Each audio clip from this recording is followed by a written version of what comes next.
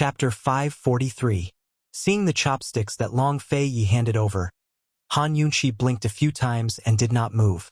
Han Yunqi did not take the chopsticks and Long Fei Yi did not rush her. The 10 dishes and 1 soup had just come out of the oven and were steaming hot. It was filled with the smell of vinegar.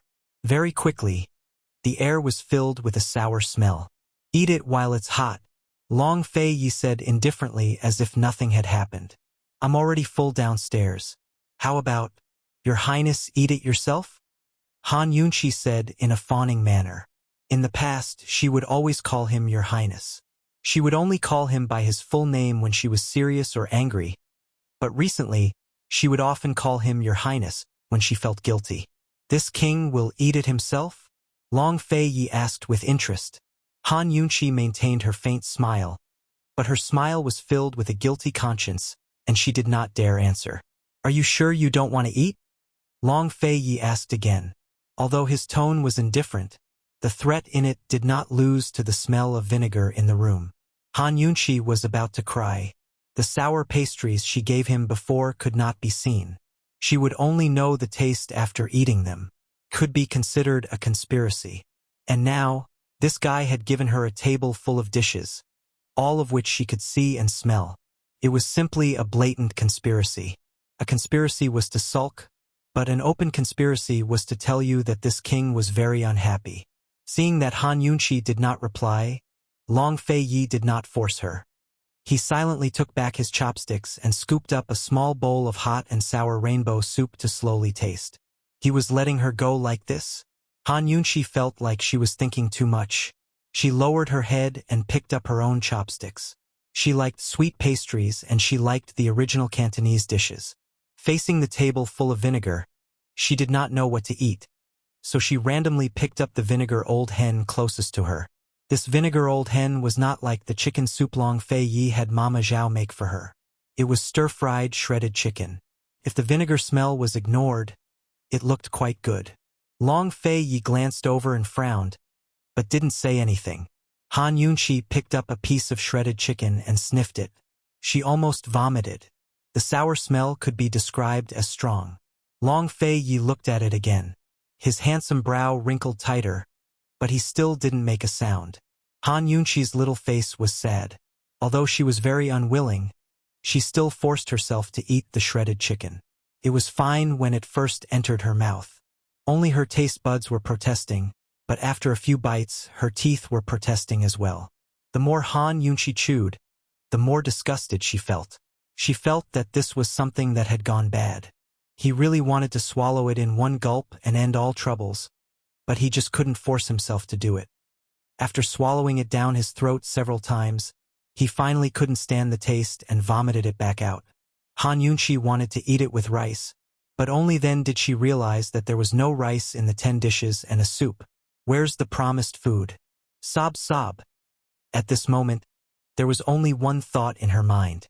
She didn't want to vomit or cry, but, Your Highness Duke of Qin, Qinxie knows her mistake. She looked at Long Fei Yi with a wronged expression, only to see that Long Fei Yi was also looking at her. His expression was very ugly. Han Yunqi accepted her fate and silently lowered her head.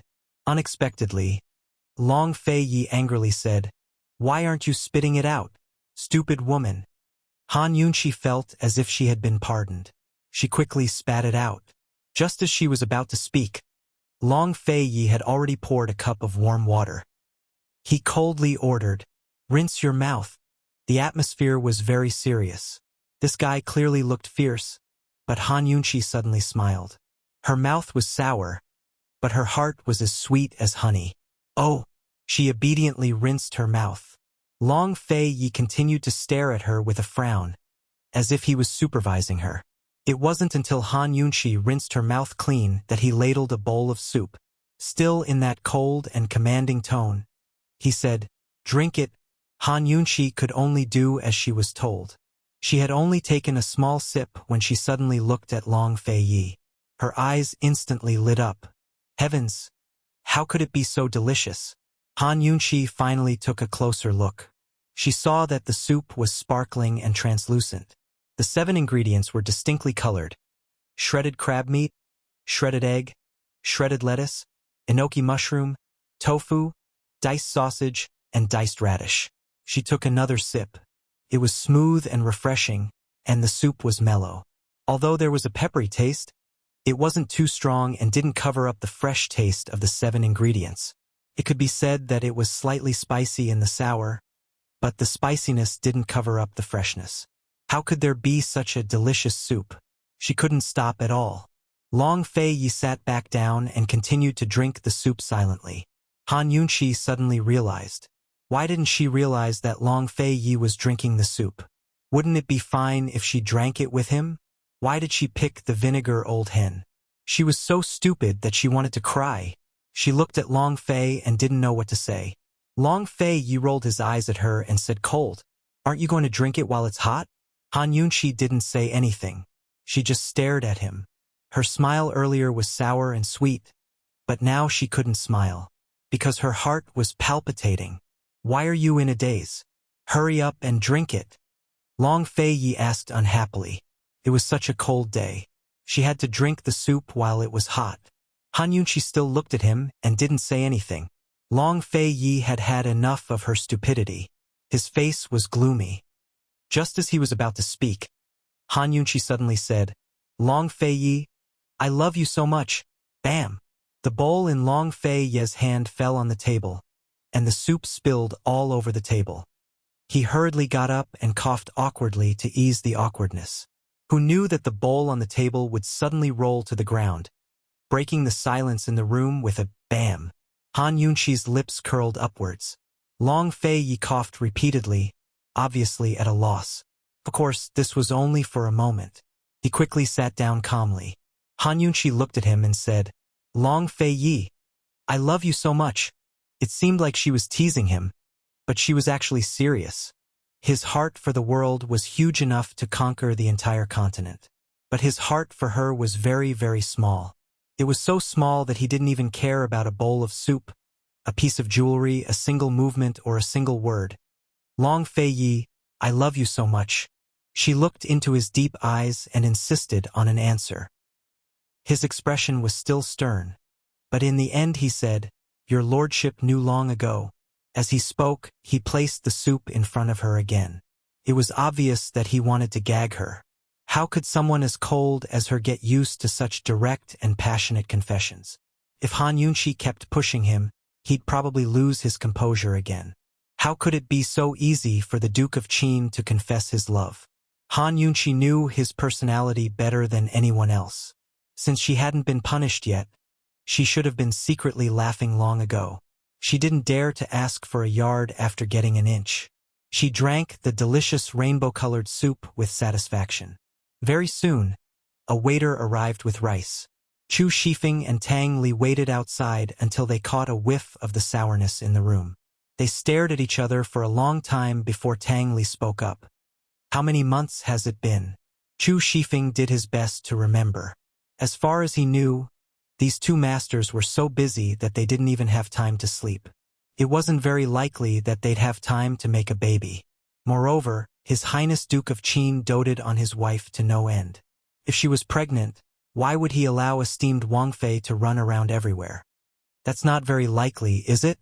Chu Shifeng replied. "Then why is it so sour?" Tang Li didn't understand. Chu Shifeng didn't understand either, so he did his best to recall. Finally, he remembered that His Highness Duke of Qin had kicked him viciously when he went to Jiangnan's Plum Blossom Sea that night. Could it be that night? Chu Shifeng muttered to himself. Which day? Tang Li didn't understand. As far as he knew, Long Fei Yi couldn't possibly be expecting a child so soon. Han Yunqi was already a weak spot for him to worry about. Maybe it wasn't just that day. They stayed at the Plum Blossom Sea for a few days, Chu Shifeng muttered to himself. Thus, the two of them huddled together to discuss Han Yunqi's stomach and forgot to eat.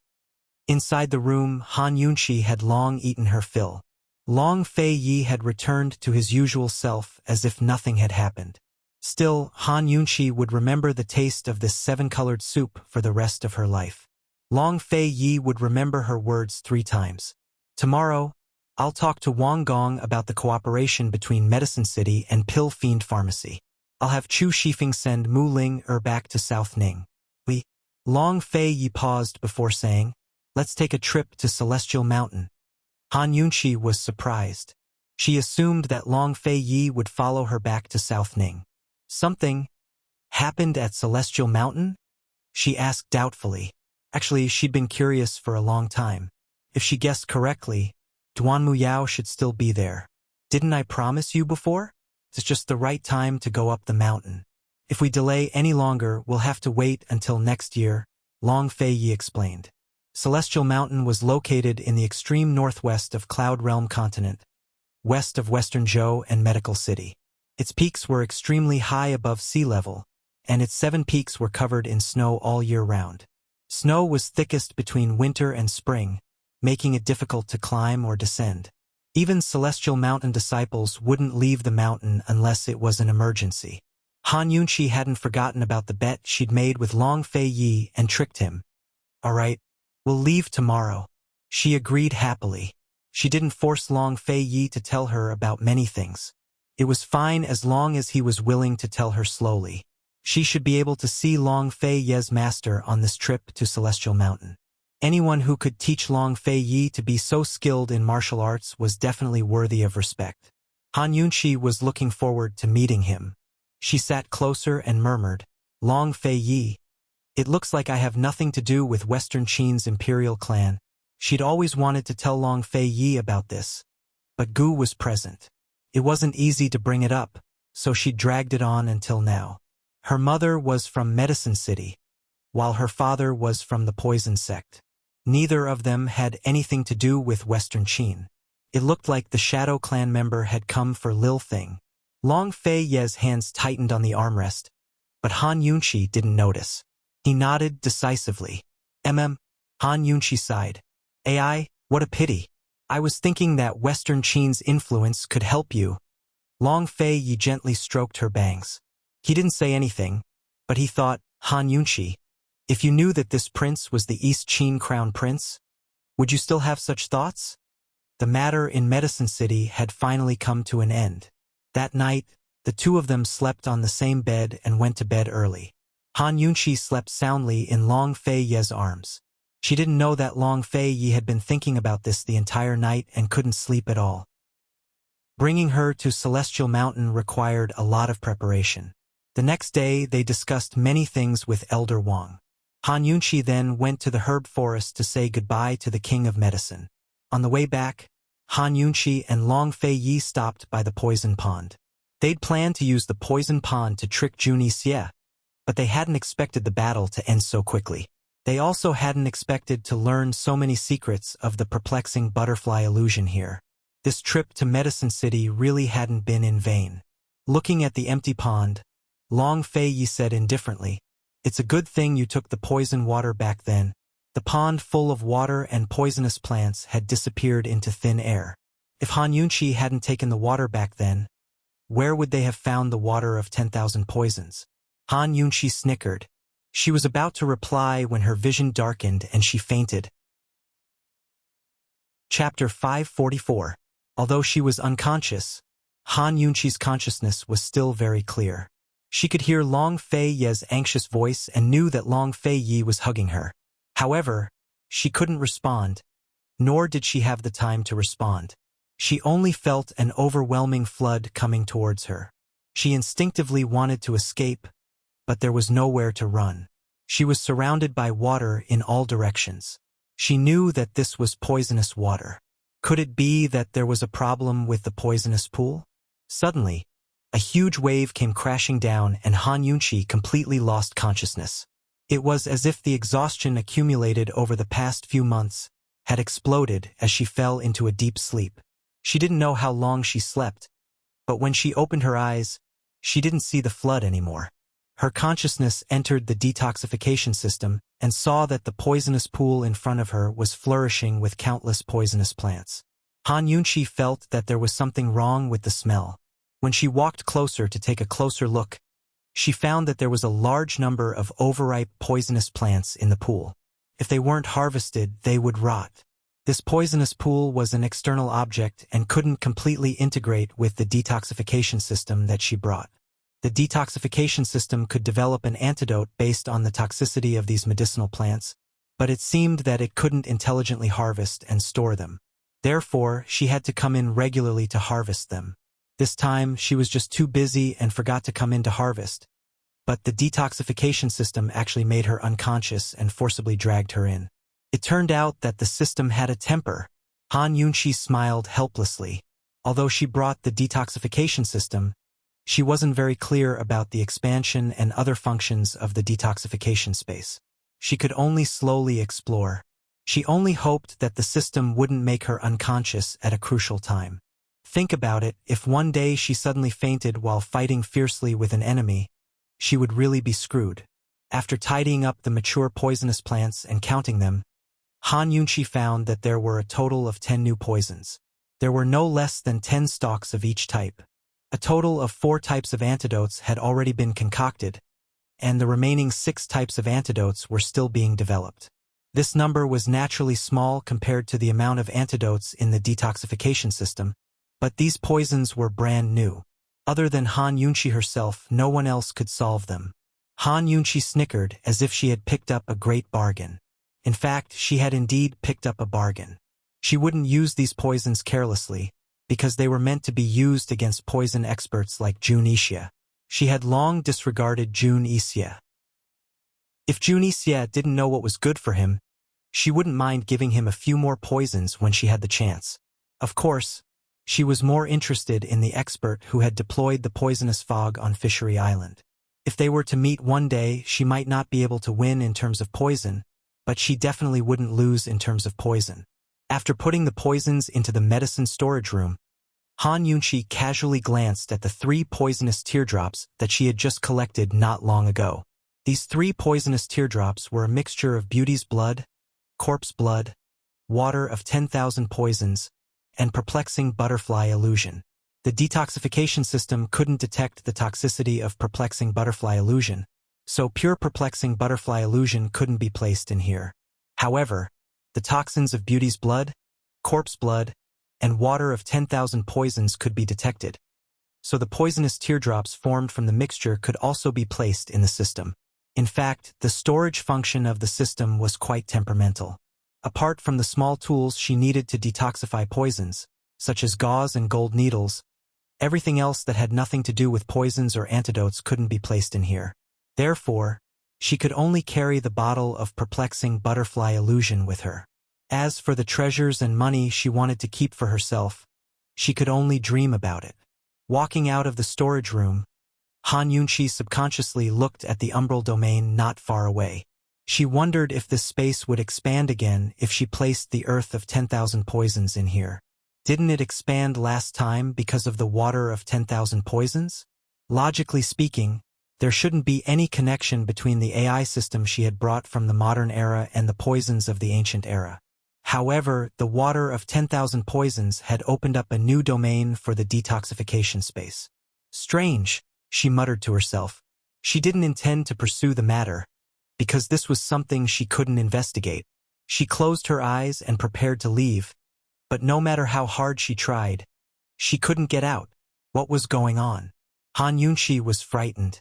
The last time she lost control like this was when she was collecting the poison pool. She was too tired, and the detoxification system had also upgraded. However, this time, nothing happened. Please don't tell her that the system had crashed. Suddenly, there was a violent tremor under her feet. She saw a crack about 3 inches wide appear on the originally flat ground. Han Yunqi happened to step on this crack. She hurriedly jumped out of the way, only to discover that this crack was bottomless. It divided the entire detoxification space into 2. One side was the limited medicine storage room of her original detoxification system, while the other side was the poison pool and the unknown umbral domain. Just as Han Yunqi was in disbelief, the 3 poisonous teardrops in the medicine storage room flew out one after another, as if they were standing in line. They floated in the air above the poison pool, emitting a faint luster. Han Yunqi looked left and right. Finally, her gaze fell on the crack under her feet. Her heart skipped a beat. Could it be that this huge detoxification space wasn't an extension of her detoxification system, but had always existed? Did it belong to the Han family's eldest miss? Han Yunqi remembered that when she transmigrated here, she had been on her wedding sedan. In the memories she inherited, the Han family's eldest miss hadn't died. Where had her soul gone? Could it be that her soul had fused together, resulting in her having two systems now? And because they were two different systems, the poisonous plants growing in the poison pool hadn't been stored away by AI. Did she have to manually store them in the medicine storage room? At this thought, Han Yunqi suddenly understood everything. She had brought an AI system with her from the modern era, equipped with a medicine storage space. Although this space could be expanded, she had no way to expand it without further research. On the other hand, the Han family's eldest miss had a pure poison storage space that she had unintentionally opened and expanded. Although the detoxification system and the poison storage space weren't completely merged, they didn't clash. They coexisted perfectly in her body. The Han family's eldest miss was worthy of being the poison sect's direct descendant. She actually had such a good thing. If not for the crack in the ground separating the detoxification system and the poison storage space, she probably wouldn't have been able to figure out what was going on.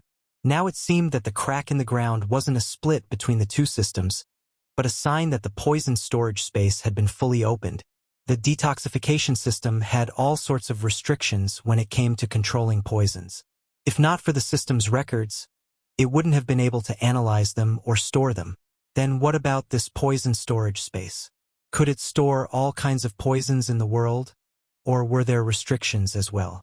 Han Yunqi closed her eyes and tried to control the poison storage space on her own. Very quickly, she summoned the perplexing butterfly illusion hidden in her sleeves. After all, the perplexing butterfly illusion had never been able to be stored in the detoxification space before. Right now, the perplexing butterfly illusion was hovering above the poison pool along with the 3 poisonous teardrops. Han Yunqi tried again. This time, she summoned an ordinary poison from her medical pouch, but she couldn't summon it into the poison storage space. She had no choice but to store it in the detoxification system instead. A complicated look flitted across Han Yunqi's eyes as she tried a few more times. In the end, she discovered that anything related to the perplexing butterfly illusion, such as the water of 10,000 poisons, beauty's blood, and even the poison orchid, could be stored in the poison storage space. Anything unrelated to it, be it common poisons or rare poisons, couldn't be stored. Han Yunqi couldn't help but tremble in fear. The poison storage space was actually so closely connected to the perplexing butterfly illusion. Just how many secrets were hidden behind it? What did it mean that the one who obtained the perplexing butterfly illusion obtained the world? What did her body, the direct descendant of the poison sect, have to do with the perplexing butterfly illusion? Could it be that she was born for the perplexing butterfly illusion? As Han Yunqi pondered, her head began to hurt and she fainted again. Fully activating the poison storage space took up a lot of Han Yunqi's energy.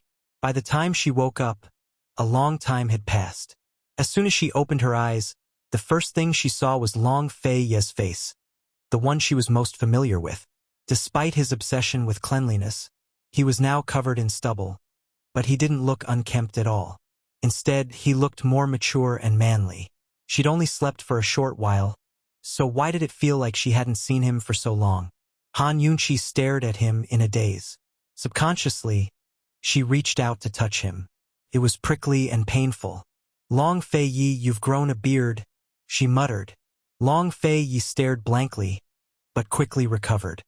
He shouted, "Call Gu Beiwei and third elder in here." This damned woman had been unconscious for half a month while he'd done nothing but stand guard here. How could he not grow a beard? After she'd fainted, he'd stayed in Medicine City for a day before returning to Pill Fiend Pharmacy to find Gu Beiwei. At the same time, he'd sent someone to Medical City to invite Third Elder Shin as well. Before the two of them, who were guarding the door, could react, the little thing had already rushed in and jumped onto the bed to squeak. Scram! Long Fei Yi swept Lil Thing to one side with a wave of his hand. Feeling wronged, Lil Thing crawled to its feet and bared its fangs at Long Fei Yi. Of course it didn't dare to bite him, but it silently swore that if this big scoundrel quarreled with Mama Yunqi again, it'd kidnap her away. Gu Beiwei and Third Elder Shin quickly entered the room. Gu Beiwei's steps were clearly faster than Third Elder Shin's, but despite his impatience, Gu Beiwei still stopped in front of the curtains. Esteemed Wang Fei's finally awake? Great news! Great news! Hurry and let old man take her pulse. Third Elder Shin followed closely behind. Third Elder Shin's here too. What's wrong? Han Yunqi asked with a guilty conscience. She's been unconscious for half a month. Long Fei Yi knitted his brows unhappily. Just like the last 2 times, I couldn't find a clear cause of illness. Han Yunqi didn't dare to ask any questions, but obediently held out her hand. Third Elder Shin took her pulse for a long time while stroking his beard. It's just as Dr. Gu said. Judging from her pulse, Qin Wangfei's illness is simply due to mental exhaustion. Over the past few days, he and Gu Beiwei had been studying Qin Wangfei's illness, but couldn't come up with a clear diagnosis. Third Elder Shin stepped aside so Gu Beiwei could take her pulse. Has esteemed Wang Fei been troubled by any problems recently? Gu Beiwei's low, magnetic voice was very comfortable to listen to. The detoxification system was naturally a very troublesome matter. Han Yunqi nodded. I've been troubled by the matter of Medicine City for a few days, but it's indeed quite tiring. It must be very tiring, right? Gu Beiwei asked again. The matter of Medicine City had actually only taken a bit of effort and wasn't tiring at all. But when faced with 2 doctors and an incomparably shrewd Long Fei Yi, Han Yunqi had to exaggerate a bit. She said, I spent a lot of effort. I kept dreaming at night and felt like I didn't get enough sleep. Hearing this, Gu Beiwei's eyes flashed with a snicker, as if he knew she was lying. Chapter 545. Gu Beiwei's snicker vanished as quickly as it had appeared. He was as calm and serious as ever. As this one sees it, esteemed Wang Fei is doing well. Her sudden fainting for days was probably due to overwork and mental and physical exhaustion. May esteemed Wang Fei set her mind at ease. Long Fei Yi looked at Third Elder Shin. Third Elder Shin nodded in agreement and didn't add anything else. How could Long Fei Yi be relieved? This prince has never heard of someone being unconscious for so long. Your Highness, this one already told you a few days ago that there are cases of people being unconscious due to excessive mental and physical exhaustion. But esteemed Wang Fei being unconscious for so long is a special case. It can be considered a sleep disorder, Gu Beiwei explained.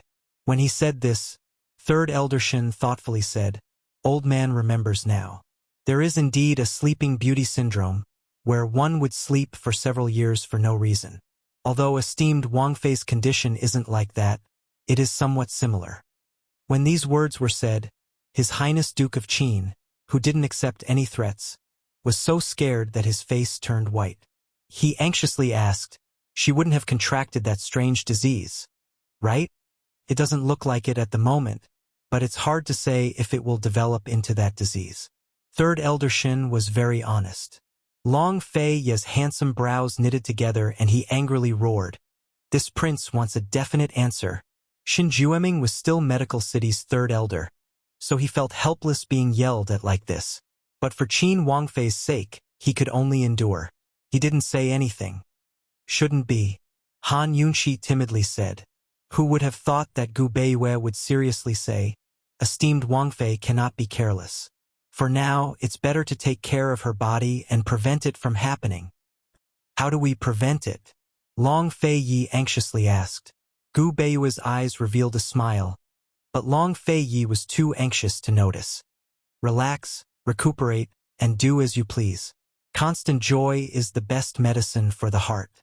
If your Highness is not assured, you can also find some good nourishing products to nourish the Princess Consort's vitality every month. Once her vitality is replenished, she will be filled with vitality. As he spoke, he added, the most important thing to take precautions is not to get angry, sulk, or be sad. Therefore, in the future, I ask esteemed Wang Fei to be at ease. Third Elder Shin didn't have a good idea either. He had to agree with what Gu Beiwei said. So he added, that's the only way. Long Fei Yi listened attentively and did not miss a single word. What are the suitable medicines? Please make a list. There are many suitable medicines, but they are not easy to get. The Medicine Ghost Valley may not have them, Gu Beiyue said. List them all out. This prince will have the elders of Medicine City search for them. Long Fei Yi said. Thus, Gu Beiyue didn't hold back and listed out a pile of rare and precious ingredients. Third Elder Shin couldn't help but sigh in his heart at the sight. Gu Beiyue was really too ruthless. 80 to 90% of the ingredients he listed were unique and precious. What he meant by unique was that once eaten, there would never be a second one. As they were leaving, Third Elder Shin couldn't help but ask, Dr. Gu, the medicines you prescribed, aren't they a bit inappropriate? Although they are precious, their medicinal properties are the mildest. They are very suitable for esteemed Wang Fei. No matter how much she takes, it won't be a problem. Gu Beiyue said seriously. Old man means. Third Elder Shin lowered his voice. Isn't it too much? Gu Beiyue gave Third Elder Shin an irrefutable answer. He said, Third Elder, no matter what, as long as esteemed Wang Fei is well, His Highness Duke of Qin won't be angry. Third Elder Shin recalled how he had just been yelled at and immediately nodded. That's true. That's true. Gu Beiyue looked back at the tightly shut door and laughed softly, a little self-deprecating and helpless. If he wanted to dote on her, he could only borrow Long Fei Ye's hands. It was said that when Gu Beiyue's prescription was sent to the Wang family in Medicine City, Elder Wang almost fell out of his chair. When it was sent to the elders, Fourth Elder and Seventh Elder looked at each other and almost cried. Inside the room, Han Yunqi almost cried when she saw the prescription. She knew that the days of messy old hen stew were coming soon. She couldn't help but suspect Gu Beiyue. Did that guy do it unintentionally or deliberately? What's on your mind? Has it always been there? Long Fei Ye's words pulled Han Yunqi back from her thoughts. Han Yunqi innocently shook her head. I'm just too tired. From today onwards, you'll stay in Pill Fiend Pharmacy. Don't go anywhere and don't worry about anything, Long Fei Yi said. Then I'll be bored to death, Han Yunqi said. Then weakly added. Gu Beiyue said I can't be bored, you. Long Fei Yi was speechless. Han Yunqi snickered. It didn't matter if Gu Beiyue had done it intentionally or unintentionally. She had profited. She couldn't help but laugh. Long Fei Yi, don't make me angry in the future. The consequences are a little serious. However, Long Fei Yi wasn't joking with her. He replied coldly, this prince will remember. Although he looked unhappy, he suddenly pulled her into his arms and hugged her tightly. Although he didn't say anything, Han Yunqi could feel his fear. Long Fei Yi, so even you can feel fear. We met too late and fell in love even later. We've only been together for a few years. It wasn't easy to get close to you, so how could I bear to sleep forever? They were originally going to Celestial Mountain, but now that Han Yunqi had fallen asleep, they had to return to Pill Fiend Pharmacy. Even if they set off immediately today, they wouldn't be able to make it before the snow blocked the roads. If they wanted to go, they would have to wait until next summer at the earliest. Han Yunqi was a little depressed, but she quickly got over it. In any case, it was only a few months' time. They'd just taken over Medicine City, so the most important thing for her to do now was to take care of Pill Fiend Pharmacy. As for the Poison Sect's forbidden grounds, Han Yunqi didn't have the guts to go even if she wanted to. Long Fei Yi wouldn't allow her to leave until she'd recuperated for at least half a month. As soon as esteemed Wang Fei was given the order to recuperate, Zhao Mama immediately set up a stove to stew an old hen with medicinal ingredients. Bailey Mingxiang also immediately returned from Pill Fiend Pharmacy to serve her. The next day, Long Fei Yi had just left the house when Zhao Mama brought over a bowl of chicken soup with an ambiguous smile. Esteemed Wang Fei, hurry and drink it while it's hot.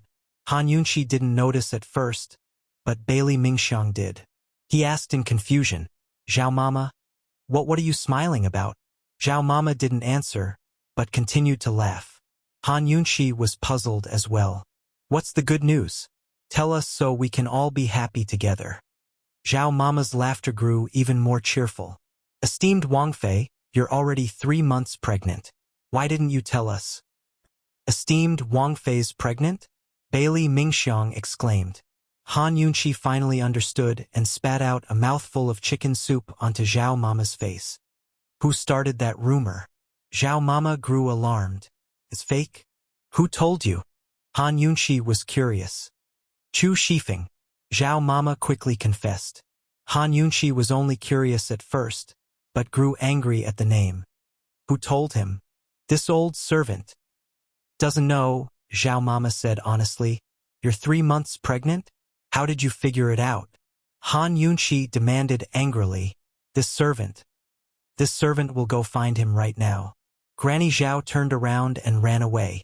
The consequences of spreading this kind of rumor were very serious. If His Highness and the Princess Consort didn't do anything 3 months ago, and if this matter reached His Highness' ears and caused him to misunderstand, then things would become even more serious.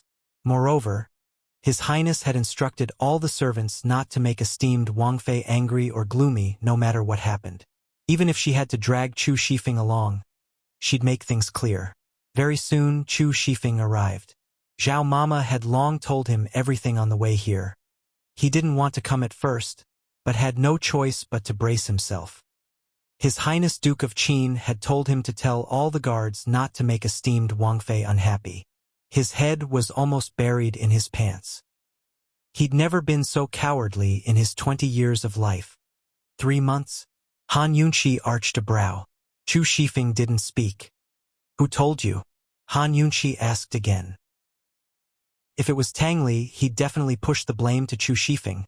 But Chu Shifeng didn't dare to frame Tang Li. He could only silently admit it. This subordinate misunderstood. How could you misunderstand for no reason? How could a misunderstanding last 3 months? Why didn't you say for months? Han Yunqi asked next. Chu Shifeng panicked and blurted out. For months ago, you were still arguing with His Highness. No.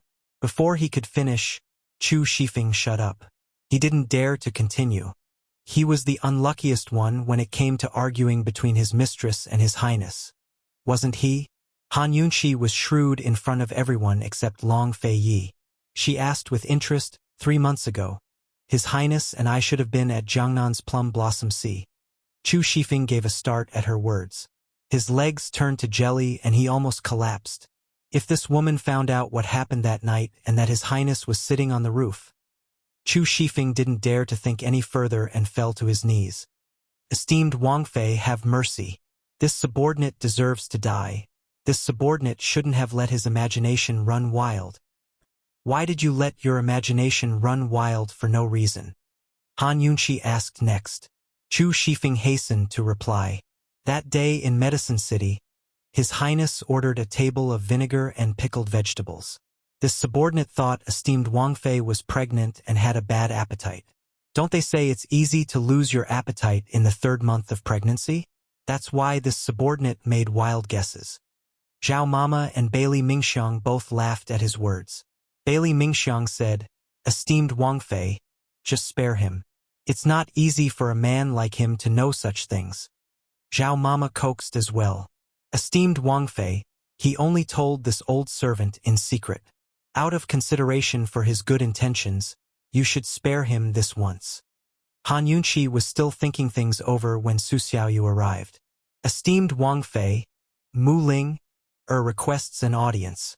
Han Yunqi didn't argue with Chu Shifeng and let him go.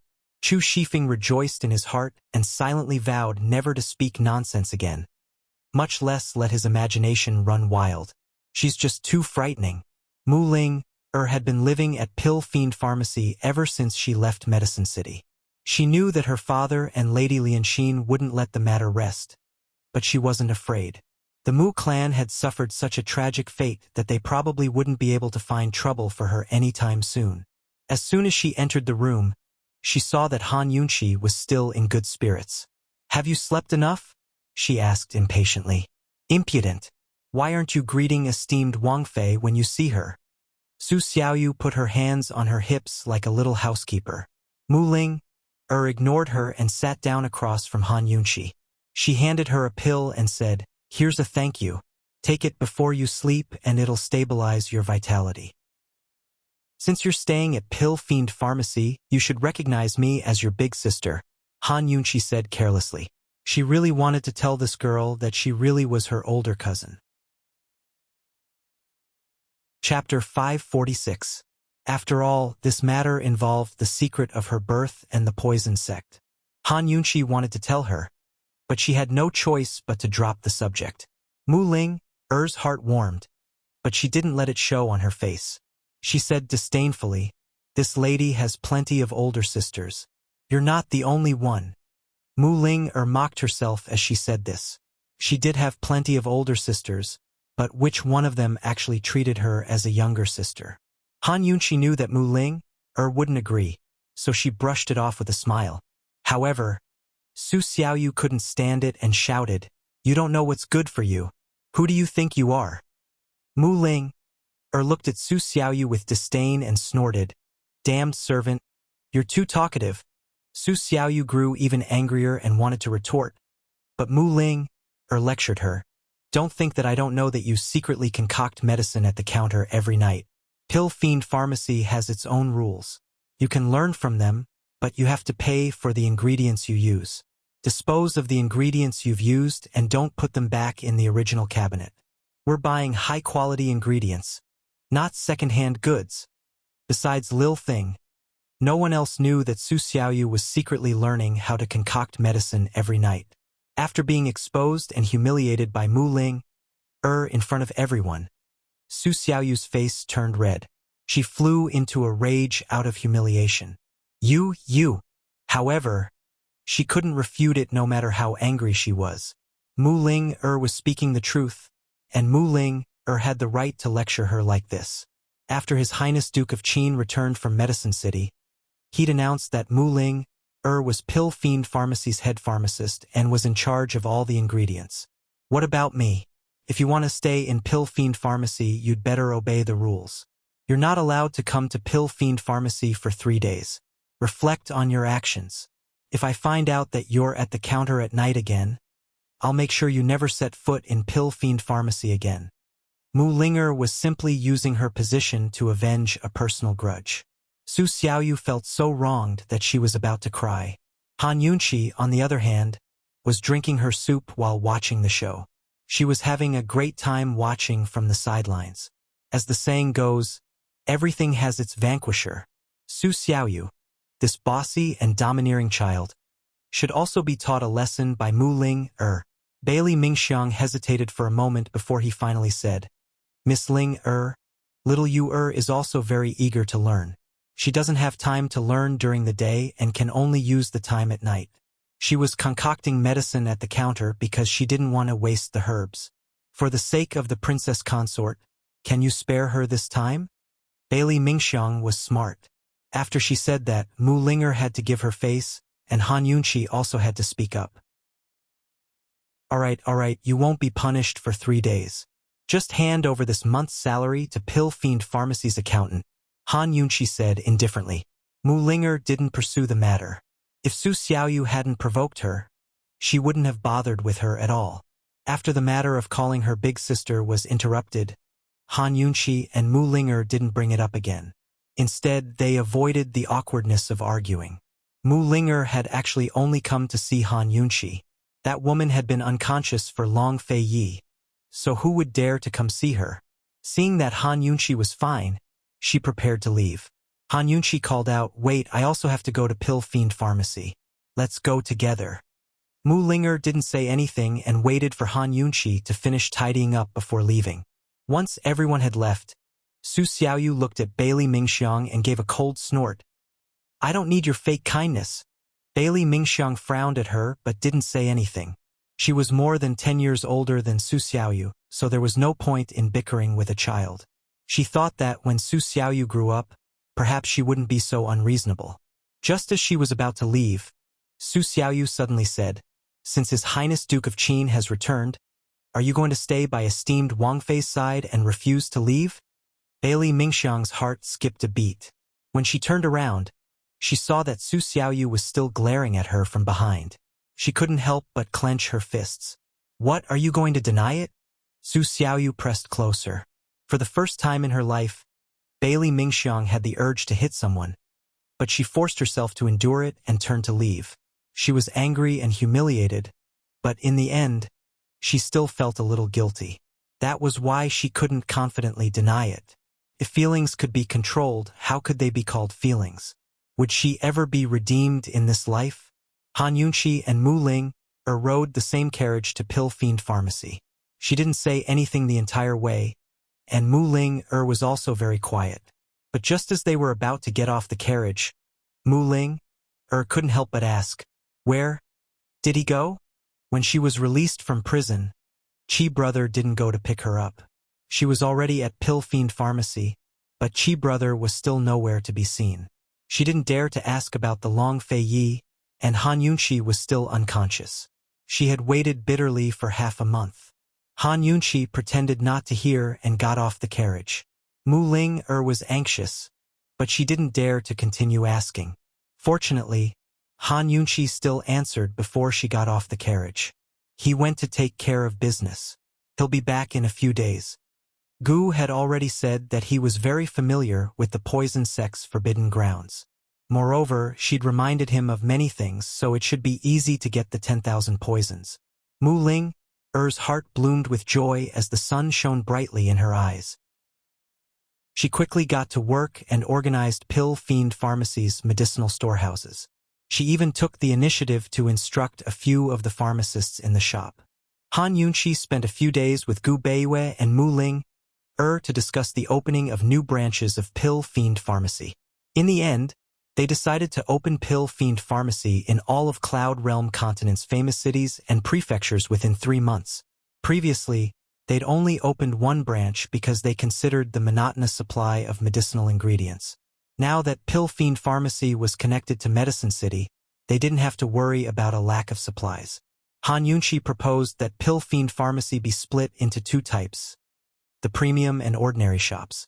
One would only sell Pill Fiend Pharmacy's ingredients and high-end, while the other would sell Medicine City's ingredients.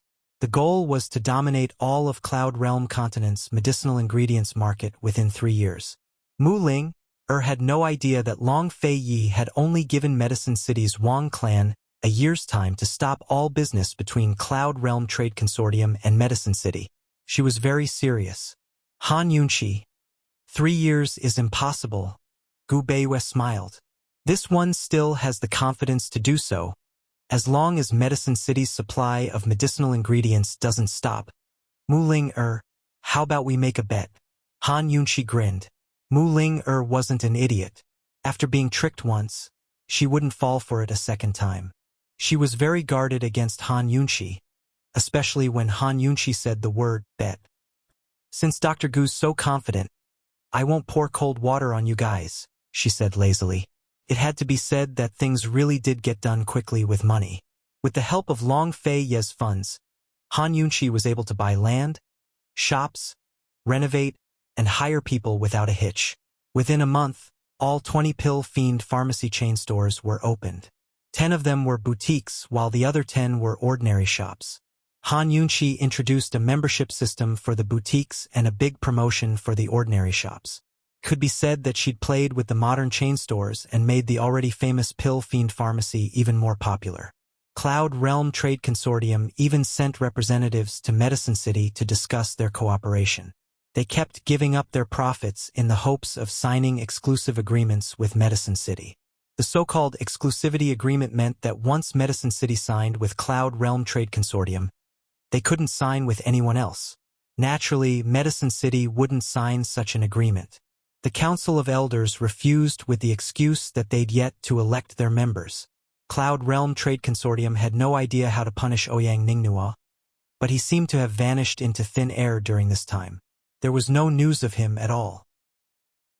As for Juni Xie, he spent a month investigating the 100 Poisons sect before finally discovering Ouyang Ningnua's spy. As for how much Ouyang Ningnua knew about the sect, Juni Xie couldn't find out. In the end, the spy bit his own tongue and committed suicide. When his master Bai Qingyan investigated the matter, Juni Xie was severely punished.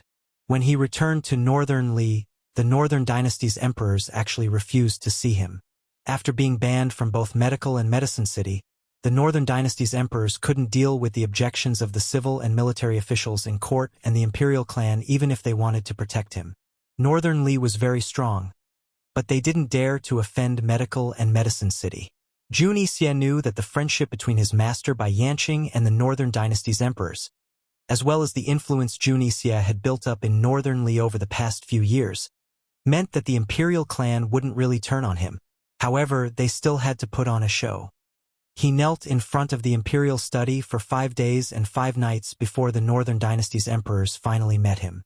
The two of them discussed something in the study before the Northern Dynasty's emperors issued an imperial edict stripping Junyi Xie of his title as Duke of Kong and demoting him to a commoner. It was announced that Junyi Xie was no longer related to the Northern Li imperial clan. Medical and Medicine City had planned to join forces to pressure the Northern Li imperial clan, but they didn't take any further action after hearing the news. As soon as Junyi Xie returned to his residence, he went straight to Bai Qingyan's courtyard. "Master, your disciple can't take this lying down." Bai Qingyan was focused on concocting the poison and ignored him. His adopted daughter, Bai Yuqiao, looked over and giggled. "I told you to take good care of your horse and not to provoke Han Yunqi. You didn't listen, so you deserved it." Although Bai Yuqiao was young, she was still a beauty. Unfortunately for her, Junyi Xie didn't care about the fairer sex and kicked her. Bai Yuqiao didn't have time to dodge and was sent flying. Impudent! Bai Yanqing was furious. Junyi Xie trembled and didn't dare to move a muscle. This domineering, arrogant, and haughty fellow would only be obedient and honest in front of his master. He knew that it was his master's idea for the Northern Dynasty's emperors to ruthlessly strip him of his title. Bai Qingyan didn't say anything else until he finished concocting the poison. Then he looked over and said cold, "How is the matter with the carriage going?" "We haven't taken it down yet," Junyi Xie replied truthfully. "How many times do I have to tell you before you'll listen?" Bai Qingyan asked seriously. "Master, Long Fei Yi and Han Yunqi have already taken over Medicine City. We can't just sit around and wait for death. In my opinion, we should spread the news that the poison beast is in Han Yunqi's hands," Junyi Xie said unhappily, and then, Bai Qingyan asked, "Then we'll spread the news that the Shadow Clan guy is protecting Han Yunqi. Even if Han Yunqi isn't a Western Qin orphan, we can still use her to lure out the 7 noble families." Junyi Xie had this idea for a long time. Back in the day, his grandfather had personally witnessed the last of the Western Qin bloodline being shot to death. He didn't believe that Western Qin orphans existed. He was more convinced that the Shadow Clan guy was protecting Han Yunqi for the sake of the poison beast. Whether or not Han Yunqi was a Western Qin orphan, this woman was worth using. Bai Yanqing let out a long sigh and asked, "Are you still going to listen to your master's words?" "Master is like a father. I will always obey my father's orders." Junyi Xie replied seriously, "Good. In the future, you are not allowed to make any decisions regarding Han Yunqi and Long Fei Yi without my orders. If you disobey, then I will sever all ties with you," Bai Yanqing said seriously.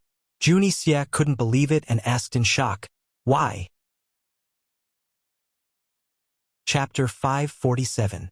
Although Master had warned him time and time again not to cause trouble for Han Yunqi and Long Fei Yi, he had never been so resolute.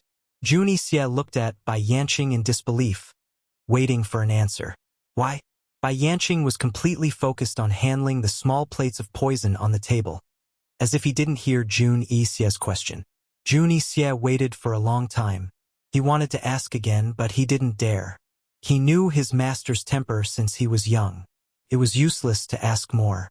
He lowered his head, bowed, and turned to leave. However, Bai Yanqing opened his mouth and asked calmly, "Little Xie, would master harm you?" Junyi Xie turned around abruptly and saw that his master was still focused on handling the poison and didn't look at him. However, an indescribable feeling welled up in his heart. It had been so many years, and it was rare for his master to call him by his nickname. He stood there for a long time and looked at him for a long time. He didn't seem like the arrogant and merciless Duke of Kong at all. Instead, he seemed like a child who was easy to coax. This disciple obeys master's orders. He bowed respectfully again and turned to leave. He had listened to his master's words since he was young. Everything he had today was planned for him by his master. Of course, his master wouldn't harm him. He would let Long Fei Yi and Han Yunxi live happily for a while. He believed that when he had complete control of Northern Li, his master would definitely take action.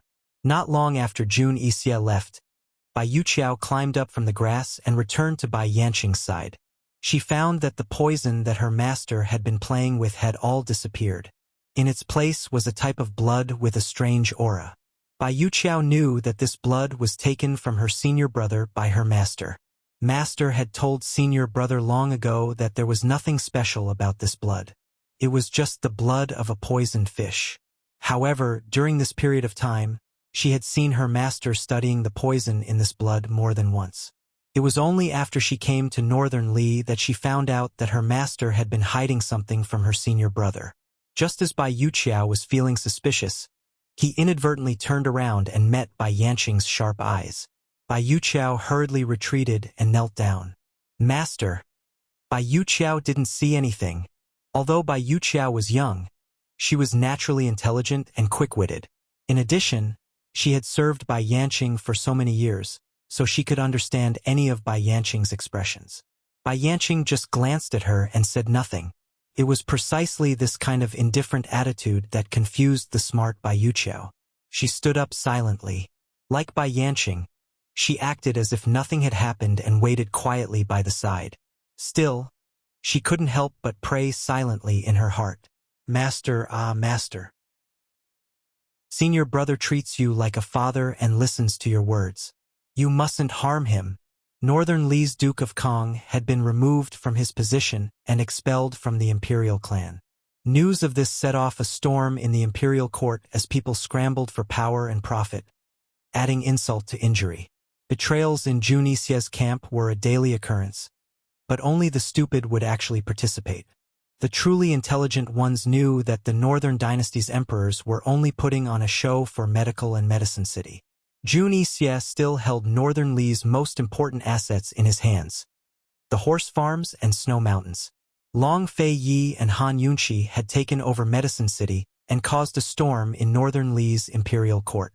All of Cloud Realm Continent's powers were talking about this with great relish.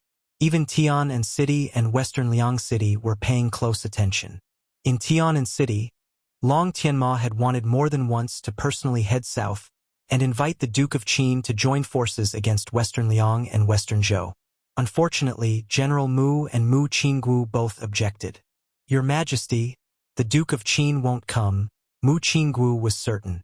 Even if he doesn't want to come, we have to find a way to make him come. Long Tianma was clearly irritable. Now that he's even taken over Medicine City, all of Cloud Realm Continent's southern regions are under his control. If we don't invite him now, then when? General Mu finally broke into a cold laugh. Your Majesty, if the Duke of Qin wanted to come, he would have done so long ago. Why wait until you invited him? As this old official sees it, Your Majesty should keep an eye on Western Liang instead of worrying about the Duke of Qin. I heard that Empress Chu's belly is already 3 months old. Using Chu Qingga's belly to deal with the Chu clan was much easier than targeting the Duke of Qin. Hearing General Mu's reminder, Long Tianma's restless heart finally calmed down. Emperor Tianhui's illness had long been beyond cure.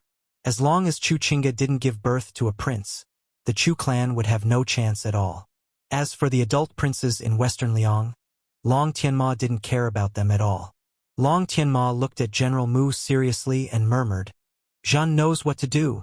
It was unclear what Long Tianma was planning, but Emperor Tianhui's illness was getting worse by the day in Tianliang City.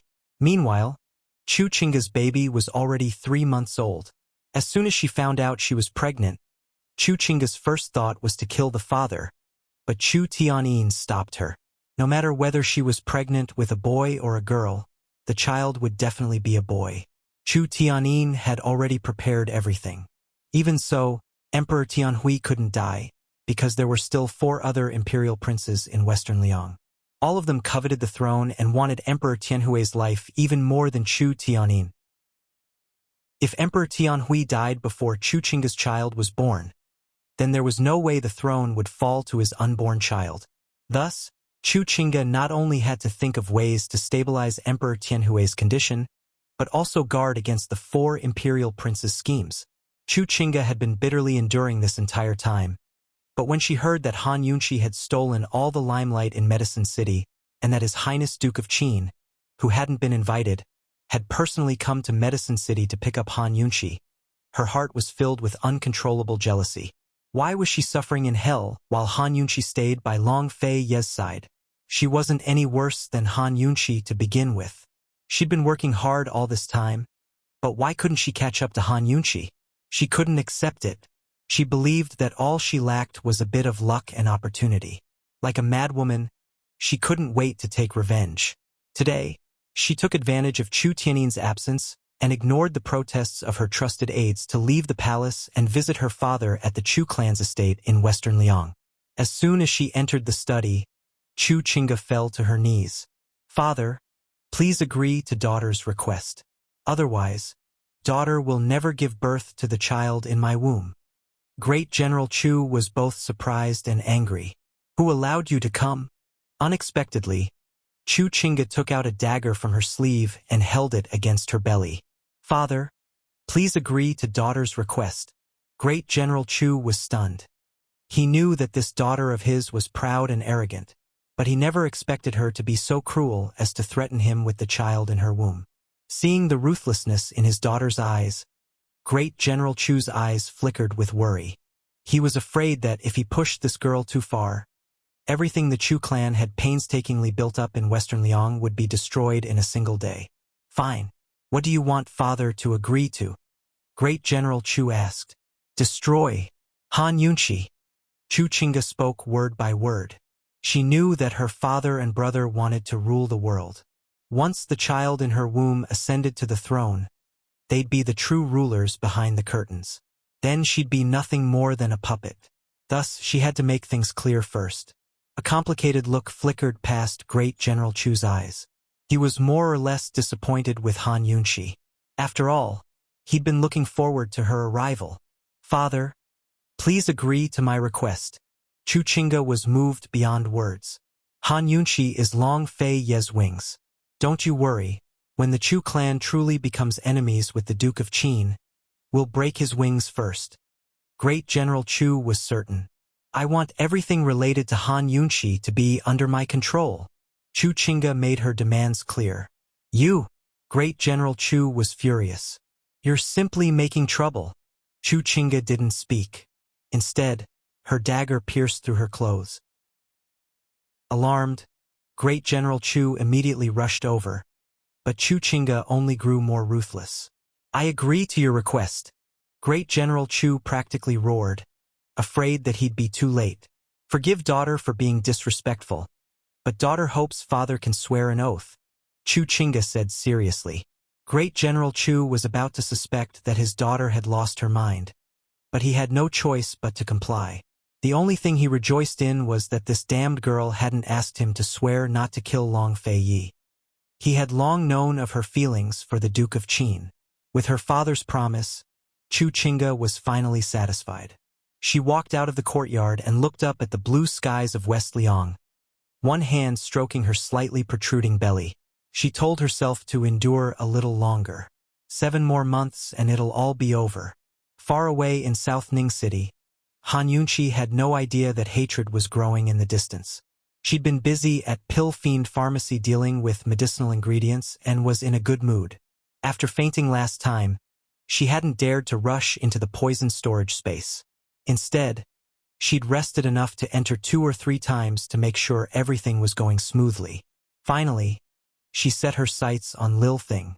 Today, Lil Thing was curled up like a cat sleeping by Gu Beiyue's side. Han Yunqi had to search for half a day before she found it. She walked over and pretended to be careless as she picked up Lil Thing in her arms. Lil Thing opened one eye and saw that it was Mama Yunqi. It immediately looked around with both eyes and saw that Batty Long wasn't around. Finally, it relaxed and snuggled up in Mama Yunqi's arms for a while before curling up into a ball and falling asleep. Han Yunqi gently patted Lil Thing and asked, "Dr. Gu, don't you take your afternoon nap?" "I'm not used to it." Gu Beiyue smiled faintly. His smile was even warmer than the winter sun. He glanced at Lil Thing and added, Take advantage of today's scorching sun to dry these ingredients in the sun. Just leave it to the servants. You're the head doctor, yet you're doing it yourself? Han Yunchi smiled. These ingredients are precious, so I don't feel at ease, Gu Beiyue said seriously. Han Yunchi was fretting over an excuse to leave, so she quickly said, then I won't disturb you any longer. As soon as Han Yunchi left, Lil Thing immediately woke up. It stared at Gu Beiyue, its shifty eyes darting around. It was obvious that it didn't want to be separated from the gentleman. Still, it didn't refuse Mama Yunchi's embrace. Ever since Papa Long and Mama Yunchi had gotten back together, it hadn't slept in her arms again. Only when the gentleman's thin figure was out of sight did Lil Thing obediently go back to sleep. Neither Lil Thing nor Han Yunchi knew that Gu Beiyue's figure had vanished into thin air as soon as they left. By the time Gu Beiyue reappeared, he had followed Han Yunchi to the Duke of Qin's leisurely cloud pavilion. He stood outside the window and took in everything inside, but Han Yunchi was completely oblivious to his presence. Chapter 548. Han Yunchi hugged Lil Thing as she sat in the study, taking a few deep breaths before slowly closing her eyes. The detox system couldn't take in living things like this, so she used the poison storage space instead. In the past, the poison storage space had taken in an entire pond of poison water, leaving her unconscious for days. She didn't know what the consequences would be this time, much less whether she could take it in. After all, Lil Thing was a living poison. After adjusting herself, Han Yunchi quickly got into the mood. She closed her eyes and used her thoughts to control it just like she did with other poisons. As she closed her eyes, the room fell silent. But suddenly, the sleeping Lil Thing shot to its feet and looked out the window. What's wrong? Han Yunchi comforted it doubtfully, only to realize that Lil Thing was looking out the window. Is there someone here? Her heart gave a start as she hurried to the window. She looked around, but didn't see anyone. She placed Lil Thing on the windowsill, but it didn't move. Seeing this, Han Yunchi didn't think much of it. After all, the Duke of Qin's estate was heavily guarded, especially her courtyard. It was unlikely that outsiders would be able to get in. She shut all the windows and sat back down with Lil Thing, who was already awake. It had sensed the gentleman's scent just then and reacted instinctively. Since the gentleman had hidden away, of course it wouldn't betray him. In its heart, the gentleman was the best person in the world to Mama Yunchi, even better than Long Fai Long. Thus, no matter why the gentleman was secretly following Mama Yunchi or peeking at her, it would pretend it didn't know a thing. Actually, Lil Thing was very clear that Long Fai Long was peeking at Mama Yunchi. It didn't want to pretend it didn't know anything, but it didn't dare to. It's depressing just thinking about it. Lil Thing looked around its surroundings and found it even harder to sleep. It was curious what Mama Yunchi wanted to do. Why was it brought to the leisurely cloud pavilion study as soon as it woke up? And why were the windows and doors closed? Lil Thing saw the shiny little tools on the table and shivered. It wanted to escape. Mama Yunchi must be experimenting on it. She might even pull out its fangs and take its poison blood. Han Yunchi hugged Lil Thing tightly and narrowly avoided letting it escape. Be good. Don't move. Good girl. She held it down with one hand and patted it with the other. However, the more she did this, the more the little thing struggled. All right, be good and don't move. What's wrong? Little thing, look at what this is. Do you want some? Han Yunchi generously took out a rare poison. Unfortunately, the little thing ignored her and continued to struggle. Although it was small, it was very strong. Moreover, Han Yunchi only grabbed it with 2 hands while it resisted with 4 claws. Squeak, squeak, squeak. Han Yunchi scratched and pressed with all her might. Those who didn't know would think that the man and the beast were fighting. In the end, Han Yunchi lost her temper and said angrily, "Little thing, stop right there." Squeak. The little thing cried out loudly. While she was not paying attention, it suddenly broke free and jumped to the ground. Han Yunchi was shocked and blurted out, "Little thing, get in." As soon as he finished speaking, the little thing actually vanished into thin air. Han Yunchi was shocked herself, but she quickly regained her senses. Her lips curled into a wicked grin. Success. When she shouted just now, she sent Lil Thing into her poison storage space with a thought. She immediately entered the space and saw the little thing crawling out of the poison pond like a drowned rat. Han Yunchi was so serious and meticulous when treating poisons, but in reality, she was an incomparably naughty girl. She watched as the little thing snickered and purposely kept quiet. Lil Thing looked left and right, and was so scared that it shuddered. Its originally wet white fur instantly stood up, and it looked like a fur ball with its fur standing on end. This place was so familiar. Lil Thing had lived for so long that some of its memories were hazy. However, it clearly remembered that it had been here before. This was the poison sect's poison storage space. Not every poison sect disciple could cultivate such a space in their minds, but some were lucky enough to be born with such a treasure. All they needed to do was find a way to open it. Of course, whether it was a space cultivated through hard work or born with it, the chances of it appearing were very small. Even if some people were born with it, they'd never be able to open it in their entire lives, much less know of its existence. Lil Thing had lived for so long, but this was only its second time here. The first time had been so long ago that it had even forgotten who it belonged to. Now it finally understood why Mama Yunchi could take out so many good things from her little medical pouch for it to eat. So there was a hidden universe behind the scenes. Lil Thing looked around before suddenly closing its eyes. It did its best to communicate with Mama Yunchi through its consciousness, but it couldn't find her no matter how hard it tried. It looked like Mama Yunchi's space had just been opened and needed to be upgraded. Although it was a little disappointed, Lil Thing still held on to hope. It believed that one day it could enter the poison storage space and communicate with Mama Yunchi through its consciousness. Then it could tell her many, many secrets. For example, its gentleman had always liked Mama Yunchi, or that Batty Long had done all sorts of bad things behind Mama Yunchi's back, or that Goo was actually a poison goo human just like itself, undying and indestructible. Would there be such a day? Would it be far off? Lil Thing didn't know. Seeing that there was no one else around, Lil Thing's round, black eyes turned shifty. It looked around again to make sure Mama Yunchi wasn't around before plunging headfirst into the poison pond. Han Yunchi was puzzled at first. Was Lil Thing trying to commit suicide by jumping into the water? But soon enough, she realized what was going on. Lil Thing, get up here, right now. Han Yunchi shouted as she rushed over, but it was already too late. In a flash, the water level in the pond had dropped significantly. The water of 10,000 poisons was far more delicious than any other poison in this space. How could Lil Thing miss out? It wasn't clear whether Lil Thing was too engrossed in drinking or just pretending not to hear, but it didn't come out even after Han Yunchi shouted 2 or 3 times. Han Yunchi was quick-witted enough to make Lil Thing fly out of the pond and land on the ground. Right now, Lil Thing was completely drunk. It stuck out its round belly and burped before collapsing head first onto the ground and fainting. Of course, the water of 10,000 poisons wasn't intoxicating, but Lil Thing had fainted from overeating.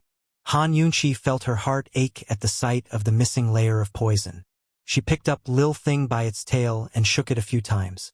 Enough! Stop pretending. But Lil Thing didn't react at all. Could it be that it ate too much poison at once and needed strength to digest it slowly? So, it was actually recovering its body? Lil Thing's teeth contained the poison of the poison beast, one of the 9 great poisons that could counter perplexing butterfly illusion. Han Yunchi hesitated for a moment before carrying Lil Thing to the edge of the pond and casually tossing it in. Compared to the poison of 10,000 beasts, this pond was nothing. She'll let Lil Thing live a drunken life in the pond and enjoy itself. Han Yunchi checked the 3 poisonous teardrops and left after making sure they were all fine. She just opened her eyes when the door to the study was pushed open, giving her a fright. The newcomer was none other than Long Fei. Something's happened at the poison sect. What happened to Gu? Han Yunchi blurted out. The poison sect's mishap and Gu Chishao's mishap seemed to be 2 separate matters. Long Fei's eyes flashed with indignation, but it quickly disappeared. Han Yunchi asked anxiously, "What's going on? Did something happen?" "Someone wants to destroy the earth of 10,000 poisons. The situation is urgent and he's afraid he can't stop them. So he wants us to hurry over, Long Fei Yi replied. That was all Gu had said in his letter. Long Fei Yi wasn't sure if that guy couldn't stop them because he didn't want to expose himself, or if the opponent was just too strong. The Chu clan? Why do they want to destroy the earth of 10,000 poisons? Do they know anything? Han Yunxi was full of questions. The only place she could think of was the Chu clan. Last time, they'd met the Chu siblings and Duanmu Bei in the underground palace of the Poison Grounds. He didn't say, "Pack up and we'll head out immediately." Long Fei Yi didn't make any guesses, but he'd kept an eye on the Chu clan for a long time. If it really was the Chu clan this time, he didn't mind stirring up trouble in Western Zhou. The Chu clan was so powerful in Western Liang that they must have forgotten about the existence of Western Zhou's imperial family. Long Fei Yi and Han Yunxi didn't delay. After packing up and handing over a few things, they set out that very afternoon. Han Yunxi didn't tell Mu Ling about this, so Mu Ling worked diligently in her pharmacy while humming a little tune. She had no idea that her Qi brother was in grave danger. Han Yunxi and Long Fei Yi were in a hurry, so they couldn't take a carriage. They only knew how to ride horses. As soon as Han Yunxi left the back door, she saw that Chu Shifeng had prepared 3 horses. Long Fei Yi and she each had one, while Chu Shifeng had just the right amount.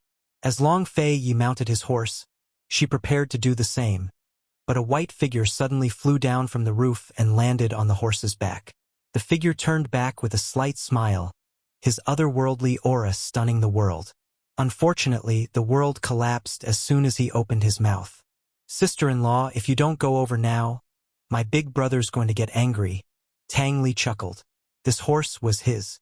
Han Yunxi didn't have time to banter with Tang Li.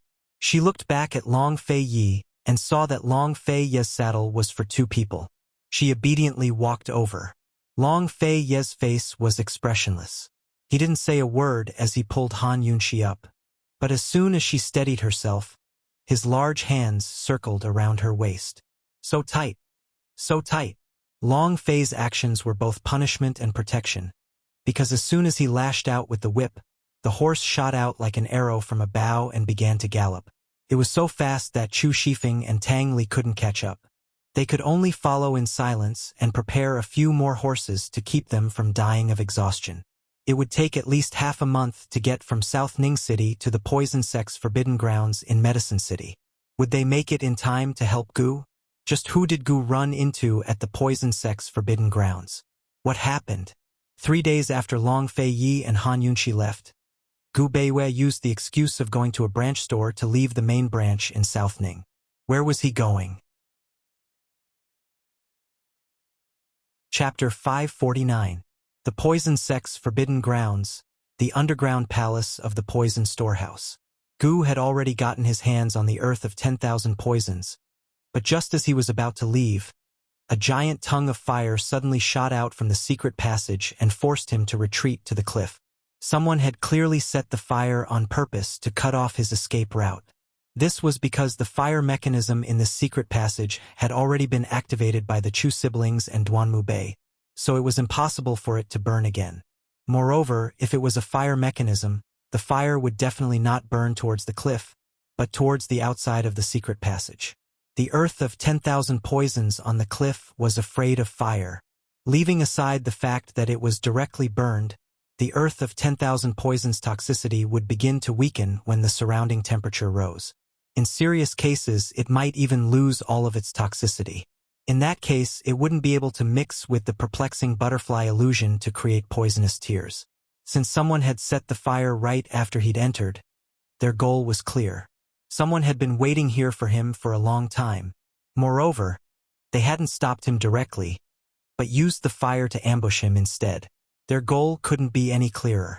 They wanted his life as well as the earth of 10,000 poisons. Gu made a prompt decision and summoned a goshawk to send a message to Long Fei Yi and Han Yunxi, asking for reinforcements. He kept an eye on the earth of 10,000 poisons toxicity while keeping an eye on the fire. If Long Fei Yi couldn't come to his aid in time, he'd jump off the cliff with the earth of 10,000 poisons.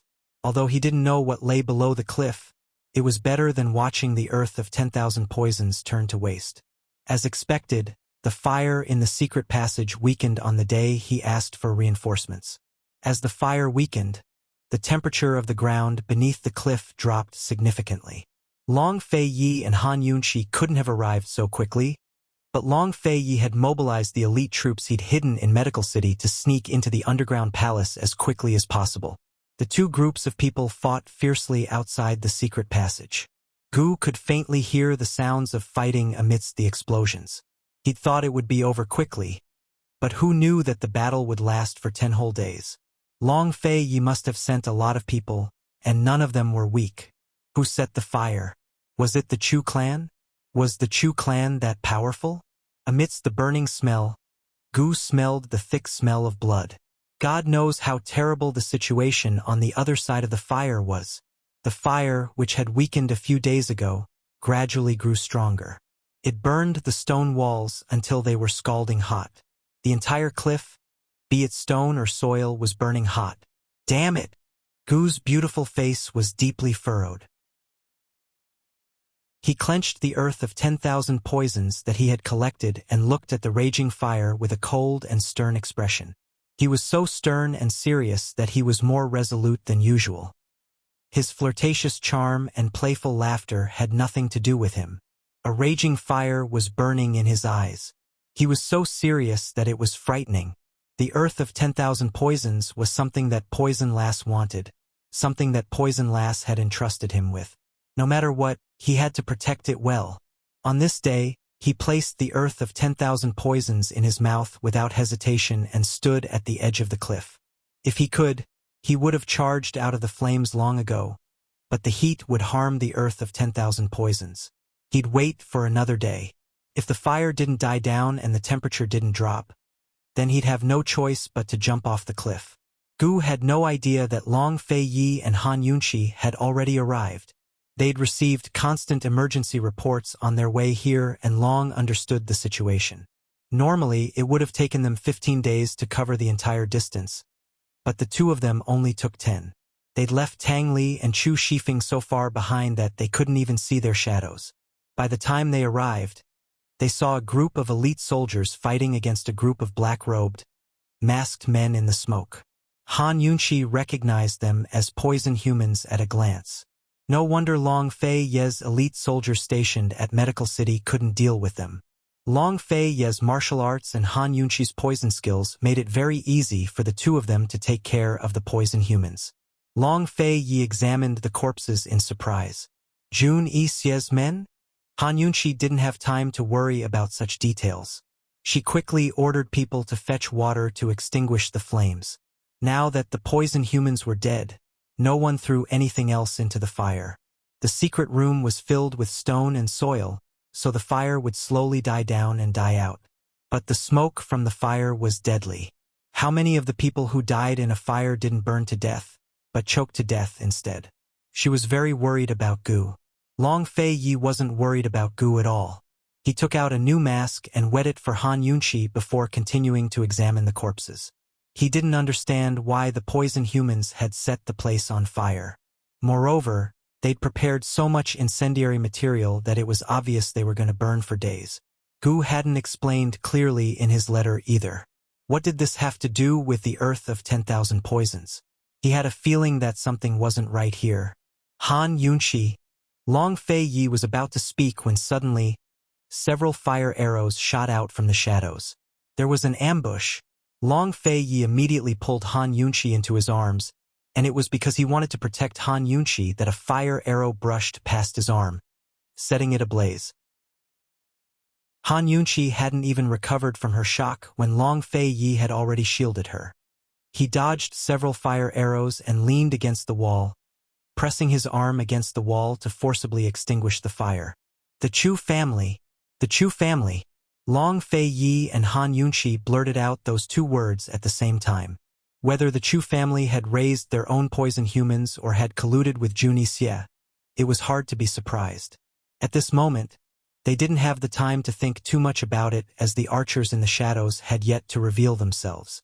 Fire arrows rained down from all directions, increasing in number and density, making it impossible to guard against. The enemy was in the shadows, while they were in the light. They were completely at a disadvantage. Surrounded by 10,000 swords and protected by the elite troops, Long Fei Yi was barely able to protect Han Yunqi. If it was him, he would have given it his all and killed those archers in the shadows even if he was burned.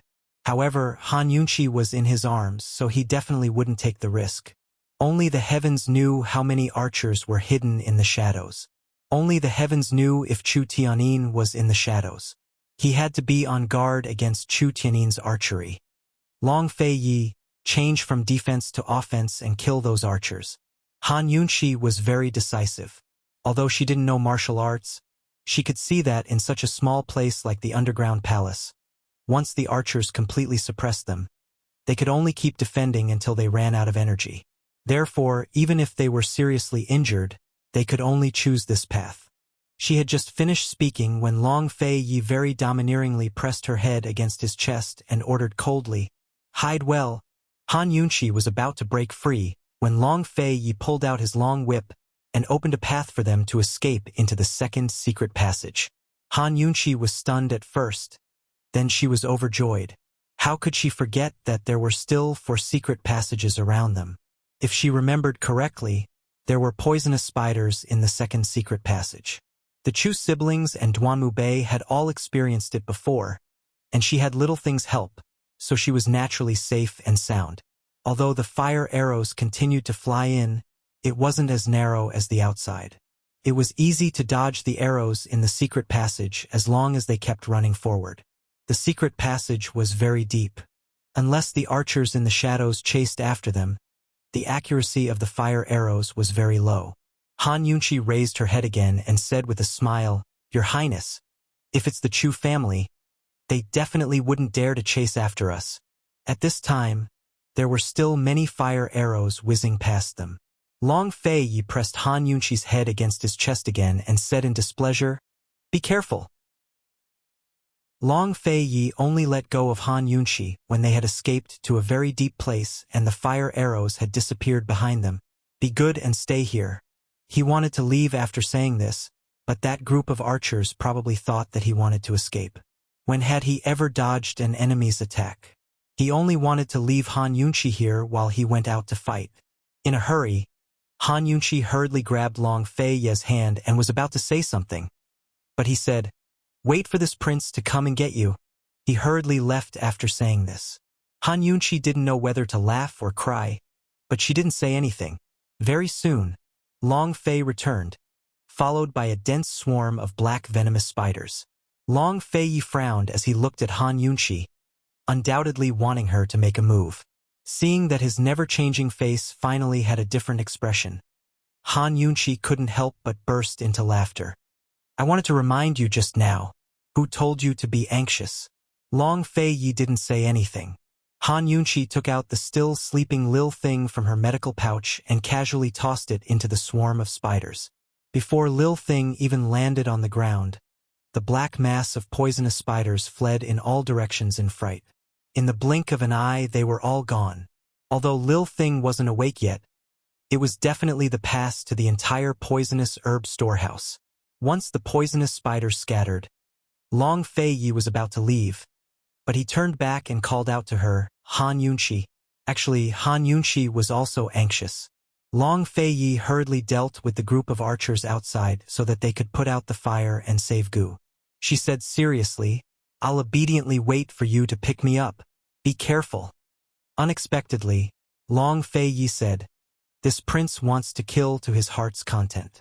You'll have to wait a little longer." After he finished speaking, he turned and left, quickly disappearing from sight. He wasn't present when the two families' archers surrounded and attacked Han Yunqi. If he didn't kill to his heart's content today, how could he vent the anger in his heart? Many times, if he didn't say it, she wouldn't have thought of it.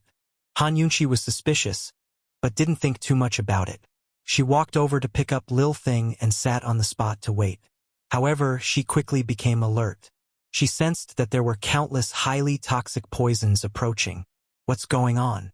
She had just stood up when an old woman in a black dress and a mask appeared in front of her. The countless highly toxic poisons detected by the detoxification system were all on this old woman. She carried a large amount of highly toxic poisons on her. The detoxification system naturally wouldn't be so bored as to simply check the poisons on everyone's body. But when the amount of poison exceeded a certain amount, the detoxification system would still alert the owner if there was a threat. Who was this old woman? Was she also a member of the Chu family? From the looks of it, she wasn't afraid of the poisonous spiders here. Han Yunqi casually hid Lil Thing into her sleeve and retreated vigilantly. Who are you? I've been entrusted by someone to take your life, the old woman said gloomily. Han Yunqi didn't hesitate to activate Pear Blossom Teardrop Rain and shot out several poisonous needles. Who knew that this old woman would easily dodge them and even neutralize the poison powder that the needles carried? Good heavens! She was a highly skilled practitioner of poison. Han Yunqi made a prompt decision as she turned around and ran. Should she run towards the depths of the secret passage or run towards the exit? Chapter 550. Should she run out or run in? Actually, if she could, Han Yunqi did not want to run. But if she didn't run, what could she do? A moment ago, she was carrying the little thing to help Long Fei Yi disperse the poisonous spiders. She felt that she wasn't bad and wouldn't drag him down. But now, she felt like dregs. Not knowing martial arts was a really frustrating thing. Han Yunqi ran for her life into the depths of the secret passage. If she suddenly ran out, Long Fei Yi might not even see her and she would be shot to death by arrows. If she ran inside, with the little thing in her hand, she wouldn't be afraid of encountering any powerful poison. As she ran, she kept pulling at the little thing's paw, trying to wake it up. Unfortunately, the little thing had eaten too much and was sleeping too soundly. It didn't know what was happening around it. The black-clothed old woman chased after her. After a few flips, she landed in front of Han Yunqi. Han Yunqi immediately shot out a poison needle. The black-clothed old woman dodged. Han Yunqi immediately turned around and ran outside. The black-clothed old woman chased after her. However, just as the black-clothed old woman flew into the air, Han Yunqi suddenly turned around and continued to run inside. This was clearly a trick. Seeking death. The black-clothed old woman turned back and landed in front of Han Yunqi. She grabbed her neck. However, before she could pinch, Han Yunqi casually pulled out the hairpin on her head and fiercely stabbed it into her shoulder. The black-clothed old woman did not expect that this stinky girl, who didn't know martial arts, could move so fast. She used a palm to push Han Yunqi away. Only then did she discover that her shoulder had been poisoned. You dipped the hairpin in poison, she cried out in alarm. If she had taken the opportunity to poison her, she might not have been able to hide it from her eyes. However, dipping the hairpin in poison, if she wasn't careful, she wouldn't have discovered it. She had been practicing poison for many years. She never thought that she would fall for this little girl's trick so easily. Young Master Tianyin was right. This girl's poison skills were not simple. Han Yunqi crawled up from the ground, blood trickling from the corner of her mouth. That slap just now had caused her internal organs to hurt, but she still held on. Cold, she said. It's too late for you to know. Smelly girl. Hand over the antidote. The old woman in black approached step by step. Han Yunqi did not dodge. Coldly, she smiled. Come on. I'll give it to you when you get here. Once these words were spoken, the old woman in black actually stopped in her tracks. If she got too close, who knew how this girl would poison her? One had to know that she couldn't tell what kind of poison was on her shoulder. She only felt an unbearable itch. What, you don't want the antidote anymore? Han Yunqi raised her eyebrows and asked. Actually, she didn't have any good way to poison him. She was just bluffing to buy time for Long Fei Yi to arrive. Throw the antidote over, the woman in black said again, enduring the itch. Han Yunqi snorted. I'm just joking with you. Do you really think I'm afraid of you? Let me tell you, if you dare to take another step forward, I guarantee that your entire shoulder will rot. Rot? The old woman in black laughed out loud. Smelly girl. This old lady can't cure this poison. But I still know the toxicity. It's just an itch. Who are you trying to scare? Han Yunqi resentfully retreated step by step silently. There was a limit to the amount of poison that could be dipped in jewelry. Not every kind of poison could be dipped in jewelry for a long time without being detected. Those that could be used were all non-fatal poisons. As a fellow poison master, Han Yunqi was very clear that a poison master's tolerance for poison was much higher than the average person. This poison was something that the other party could endure. However, even so, Han Yunqi continued to bluff. She crooked her finger and with a provocative look, she said, "Come here. I'll let you try the real one that will rot your shoulder." The old woman in black was indeed afraid and did not dare to approach. Han Yunqi was secretly delighted when he knew that the old woman would slowly raise her hand behind her back. In her hand was an ebony crossbow. "You're indeed from the Chu family," Han Yunqi said angrily. "This old lady has been waiting for you here for a long time." The old woman in black said and instantly shot out an arrow. Han Yunqi instinctively dodged and was really able to avoid it. She fell to the side, trembling with fear. Having the experience of escaping from a rain of crossbow arrows, she was very clear about the power of the crossbow arrows. What should she do? The old woman in black's crossbow was already aimed at her and the second arrow was about to be shot. "Wait a minute," Han Yunqi anxiously said. The old woman in black disdainfully snorted and pulled the trigger, not intending to give her any chance. "Who asked you to kill me? At least let me die in peace," Han Yunqi questioned. Even at this time, she still tried her best to stall for time, hoping that Long Fei Yi could arrive. The old woman in black laughed loudly. "That person wants you to die in peace. What benefits did he give you? I can give you double," Han Yunqi said seriously. The old woman in black looked at Han Yunqi with eyes full of sympathy. She did not reply for a long time, clearly not giving her any time to talk nonsense. The crossbow arrow was already on the string and was about to fly out. At this moment, Han Yunqi was really afraid. Her mind was blank. Although she had experienced a few life and death situations, she never thought that death would come so suddenly. There was only one person left in her mind, Long Fei Yi. Today, if she died under this crossbow arrow, what would Long Fei Yi do? "Go to hell." The old woman in black's voice fell and immediately released the arrow. Shio, the arrow's sound was sharp and Han Yunqi instinctively closed her eyes. However, she waited for a long time, but death did not come. What was going on? Just as she opened her eyes, she saw that her surroundings were densely packed with spider webs. The webs were full of black spiders. Not far in front of her, a short crossbow arrow was bound by the spider's webs, suspended in midair and unable to move. That old woman in black was also bound by the spider's webs and was struggling violently. Han Yunqi touched the little thing in her sleeve. This little fellow was still unconscious. Could it be that the black spiders in the secret passage saved her for the sake of the little thing? Since this old woman in black dared to enter this secret passage, she was not afraid of the black spiders. Very quickly, not knowing what poison she used, the spider's webs binding her were all broken. Han Yunqi made a prompt decision to climb up and continue running into the secret passage.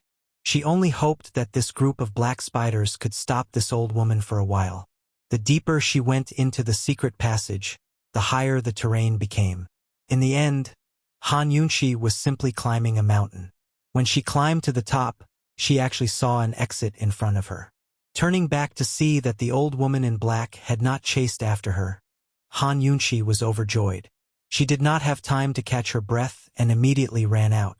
However, she was immediately depressed, because like the first secret passage, the exit was actually a cliff.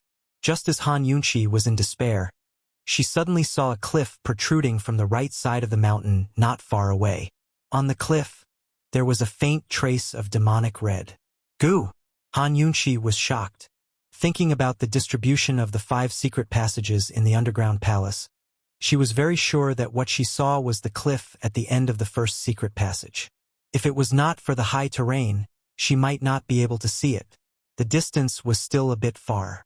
Han Yunqi was not able to see what Gu was doing, but she was very sure that the demonic red was him.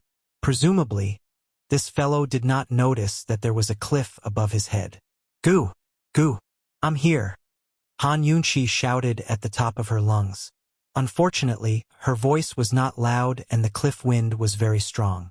Gu could not hear her at all. She picked up a stone and threw it over. Unfortunately, the stone was blown to the side by the strong wind. She used the pear blossom teardrop rain to shoot out several golden needles. Unfortunately, the golden needles were lighter than the stone.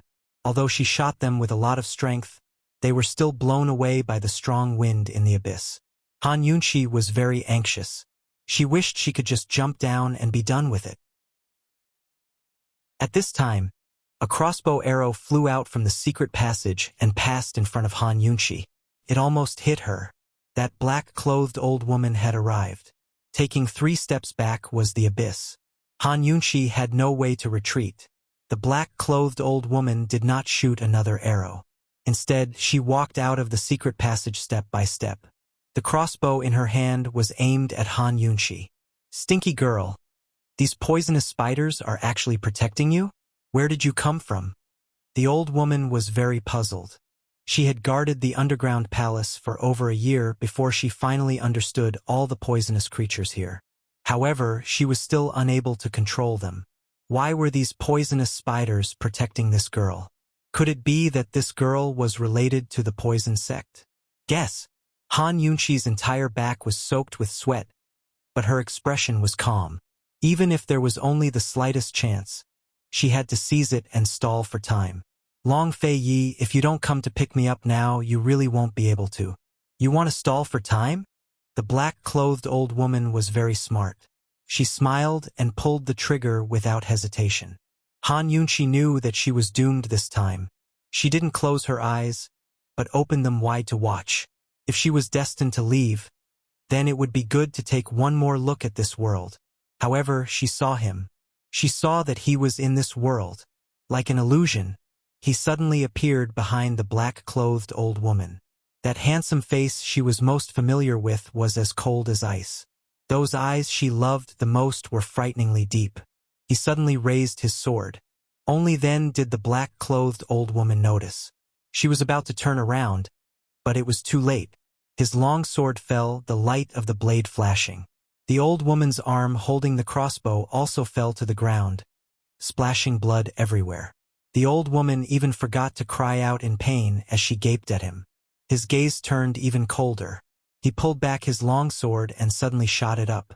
The sharp tip of the blade pierced the old woman's foot and stabbed into the ground. "Ah!" The old woman screamed, forgetting that she could use poison. Han Yunqi took deep breaths. She was shocked, delighted, and scared. She looked at this all-too-familiar fellow and was about to cry. "Long Fei Yi, you're finally here." Long Fei Yi finally looked at Han Yunqi.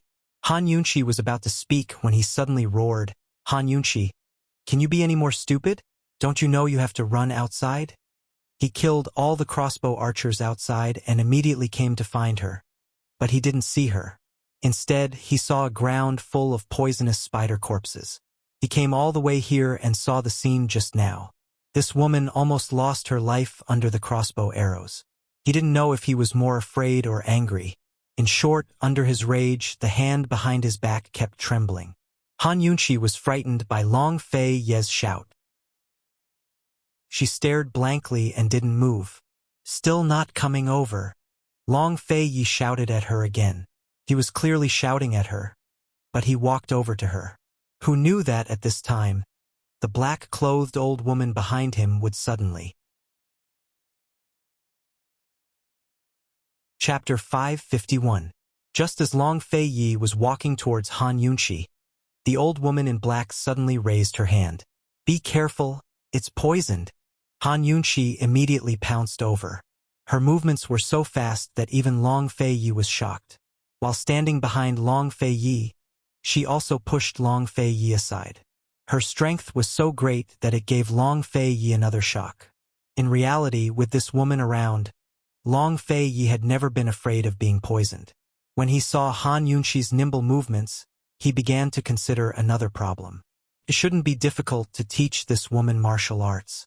Previously, when Han Yunqi wanted to learn martial arts, he had rejected her with the excuse that she was born trash. Ever since then, This woman had always believed herself to be trash. If she knew the truth, would she? While Long Fei Yi was lost in thought, Han Yunqi suddenly coughed violently. Before he could ask, Han Yunqi took out an antidote from her medical pouch. After taking the medicine, she stopped coughing. When it came to poisons, Long Fei Yi really didn't need to worry about anything. The old woman in black looked at Han Yunqi in disbelief. You have an antidote? She had given Han Yunqi 77 boiling powder, a powder made from 49 different poisons. If she accidentally inhaled it, it would be impossible to save her if she didn't have an antidote within half a day. How could Han Yunqi have an antidote? What a coincidence! Han Yunqi was about to answer, but Long Fei Yi said coldly, Han Yunqi, you still haven't answered this prince's question. The old woman in black jumped in fright when she heard this. Wasn't His Highness Duke of Qin worried at all that she would poison her again? He was actually ignoring her so thoroughly. For better or for worse, she was one of the top poisons masters in the Chu clan. Han Yunqi didn't dare to look at Long Fei Yi. She lowered her head. If she knew that the old woman in black had a crossbow, she wouldn't have run into the secret passage.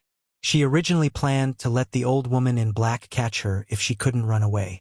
Once she got close, she would be able to poison her. Who knew that the old woman in black had a crossbow that could kill people from a distance? Answer this prince's question. Long Fei Yi was furious. How should Han Yunqi answer? Since it had already happened, there was no point in explaining. Just as she was about to answer, the old woman in black used poison again. Poison powder again. Han Yunqi raises her hand and directly takes out the antidote to break the poison in the air, which makes the old woman in black stunned. Long Fei Yi didn't even look at her. His attention was completely focused on Han Yunqi. If it weren't for Long Fei Yi's protection, Han Yunqi wouldn't be able to use her poison to its fullest extent.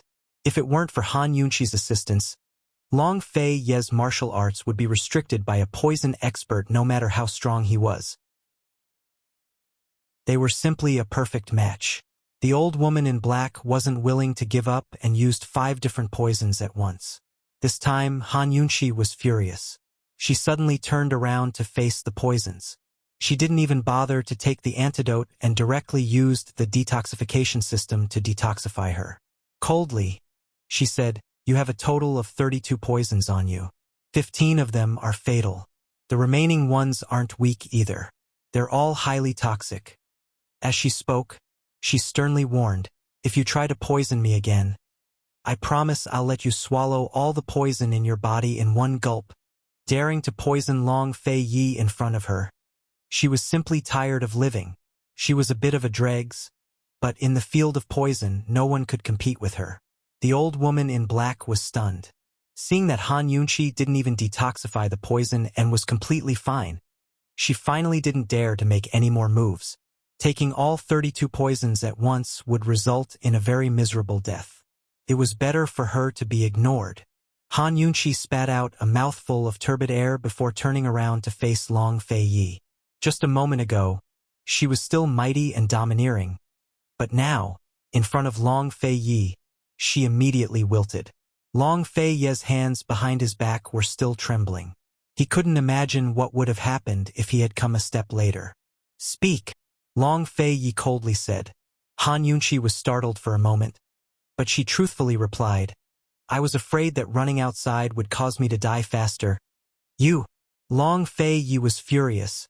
You underestimate this prince that much?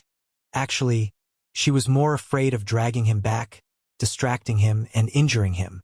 Han Yunqi was about to explain, but Long Fei Yi angrily roared, Han Yunqi, this prince will never forgive you. Han Yunqi finally felt the fear hidden in his monstrous anger. It was this sentence again. This was the second time he said that he would never forgive her. Would there really be a day when he wouldn't forgive her? Her heart ached for no reason as she stepped forward to hug him. After a long time, he didn't move, so she said in a low voice, Long Fei Yi, don't be angry. I know I was wrong. Long Fei Yi wished he could strangle this stupid woman to death, but all his anger turned into a silent sigh. He also hugged her tightly. There won't be a next time. He secretly decided not to teach her martial arts. She was already so bold without knowing martial arts. Once she learned martial arts, wouldn't she run in the opposite direction from him? There won't be a next time. These words were not for her to hear, but for himself to hear. The old woman in black looked at Long Fei Yi and Han Yunqi tightly hugging each other. Although she wanted to take this opportunity to attack, she hesitated again and didn't dare. One of her hands was crippled and she was bleeding profusely. Her leg had also been nailed to the ground by Long Fei Yi's sword. In this situation, her only way out was to beg for mercy.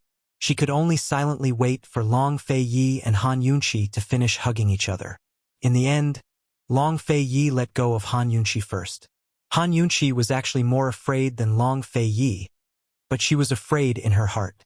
She wanted to learn martial arts more and more. She didn't know if there was any way to make up for a natural trash like her. When they went to Tianshan next year and met the Wulin Supreme Elder, Kenzo, perhaps she could ask him. Long Fei Yi began to interrogate the old woman. "You're from the Chu clan? As long as your Highness Duke of Qin agrees to let me live, I'll tell you everything." The old woman laid down her terms. Long Fei Yi asked, "Before you say anything, how can this prince judge your worth? I'm sure your Highness is very curious as to why the Chu clan has come to the poison sect's forbidden grounds," the old woman said seriously. "All right, your lordship can spare your life," Long Fei agreed easily. The old woman was delighted and immediately confessed everything. "I'm a poison master raised by the Chu clan. I was ordered to guard this place a year ago and lay a trap for you." "How did Chu Tianyin know we'd come again?" Han Yunqi was curious. "Because of the Earth of 10,000 Poisons. A year ago, young Master Yin led a group of poison masters and found the Earth of 10,000 Poisons at the end of the secret passage. He discovered that you'd left behind some rocks to block the path, but didn't take the Earth of 10,000 Poisons away. That's why he guessed you'd come again," the old woman explained. "Actually, this was all a misunderstanding. Han Yunqi and the rest had no idea it was the Earth of 10,000 Poisons. If they did, they would have taken it long ago and never come again." Han Yunqi didn't explain, but asked doubtfully, "Does Chu Tianyi know about the Earth of 10,000 Poisons? If not for Gu's words, Han Yunqi wouldn't even know about its existence. She'd never seen such a thing in any of the poison scriptures she'd read before. Perhaps it was something unique to Cloud Realm continent." The old woman shook her head. She'd only heard about it before. "I'm not sure. Which aunt probably told him." "Which aunt? Who's that?" Long Fei Yi asked. "Young Master Yin's most powerful poison master," the old woman replied honestly. Han Yunqi vaguely remembered reading about the witch ant in Cloud Realm continent's poison records. She never expected Chu Tianyin to interfere with Tianning's internal affairs and get involved in the poison world as well. His ambitions weren't small, and his background wasn't simple either. "Why did you set the fire?" Long Fei Yi asked again. This was the only thing he couldn't figure out. There was no need to set the place on fire for such an ambush. The old woman fell silent. "Are you going to tell me or not?" Long Fei Yi wasn't so patient. "Your Highness Duke of Qin, I'll tell you everything." "You can't go back on your word." The old woman was still afraid in the end. "Your lordship won't go back on his word," Long Fei Yi replied. Only then did the old woman relax. Young Master Yin was the one who set the fire. When Gu went in, young Master Yin just happened to be there. He set the fire to cut off Gu's escape route and lure you all here. Long Fei Yi suddenly narrowed his eyes. Chu Tianyin's still hiding in the underground palace. He'd just killed all of the archers in the underground palace, but Chu Tianyin was nowhere to be seen. He never expected the man to have another ambush. "This place is most suitable for a fire attack. Your Highness Duke of Qin, please be careful." In order to save her own life, the old woman was quite desperate. She actually warned Long Fei Yi to be careful. When she saw Long Fei Yi's icy expression, her fear deepened. She hurriedly added, "There's also a third reason. The third reason is to destroy the Earth of 10,000 Poisons." Which aunt said that the Earth of 10,000 Poisons toxicity will gradually dissipate if the temperature of the rocks and soil continues to rise. Unexpectedly, as soon as she finished speaking, a fire dragon suddenly shot out from the secret passage. Someone had set the place on fire. Long Fei Yi was alarmed. He stopped Han Yunqi and was about to leave, but the people outside had used a special kind of fuel. The fire immediately grew stronger, and the secret passage was too small to escape. In the end, even Long Fei had miscalculated. Presumably, when he'd entered to save Han Yunqi, Chu Tianyin had already killed the elite soldiers outside. Now he was setting the place on fire to cut off their escape route. The old woman was also shocked. Once the fire reached her, she wouldn't be able to escape. Suddenly, Long Fei Yi pulled out the sword stuck in her foot and fiercely slashed it, taking her life. Long Fei Yi wouldn't let go of anyone who endangered his woman's life, let alone being insincere, even if he had to resort to underhanded means. Long Fei Yi watched as the fire grew stronger and stronger. Just as he was hesitating over whether or not to rush out, Han Yunqi suddenly shouted, "Gu's about to jump!" When Long Fei Yi had suddenly arrived, she'd forgotten about Gu for a moment. When the old woman mentioned the earth of 10,000 poisons, she immediately thought of him. Long Fei Yi, Gu's there. The earth of 10,000 poisons is also there. Quick! Stop him! Han Yunqi tugged on Long Fei Yi's arm, indicating that he should look down. Long Fei Yi discovered that the end of these secret passageways all led to the same abyss. Although they couldn't see it clearly from afar, they could clearly see that the smear of red was at the edge of the cliff. It looked like it was about to fall. Was this guy trying to protect the earth of 10,000 poisons? This thought flashed through Long Fei Yi's mind. He shouted, "Gu!" However, the wind was too strong. His voice was quickly drowned out by the howling wind. At this moment, Gu really was about to jump off the cliff. Even though the earth of 10,000 poisons was hidden in his mouth, it was still affected by the heat. He had to jump down. Otherwise, there would be no more earth of 10,000 poisons in this world. "Gu, we're here. Here." Han Yunqi was so anxious that she was about to cry. Helpless, Long Fei Yi could only. Chapter 552. Han Yunqi was already on the verge of jumping off the cliff. So what could Long Fei Yi do? Helpless, he could only grab Han Yunqi and use the cliff as leverage to fly towards Gu. The closer they got to the cliff, the more unbearable the heat wave became. This place had been burning for so long that even the air was hot.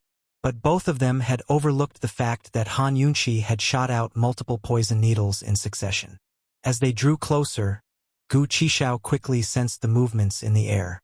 As soon as he saw Long Fei and Han Yunqi, his solemn, beautiful face blossomed into a dazzling smile. It could even be described as a devastatingly beautiful woman capable of causing the downfall of nations. So beautiful Han Yunqi couldn't help but sigh. She was clearly nervous, but seeing that smile, her mood suddenly improved. Of course, even though she was in a good mood, she didn't forget about the important matter. Before she even landed, she activated her poison storage space, wanting to collect the earth of 10,000 poisons. If she hadn't been so far away, she would have already collected the soil into her poison storage space. Unexpectedly, the poison storage space rejected her command. At the same time, the detoxification system issued a warning.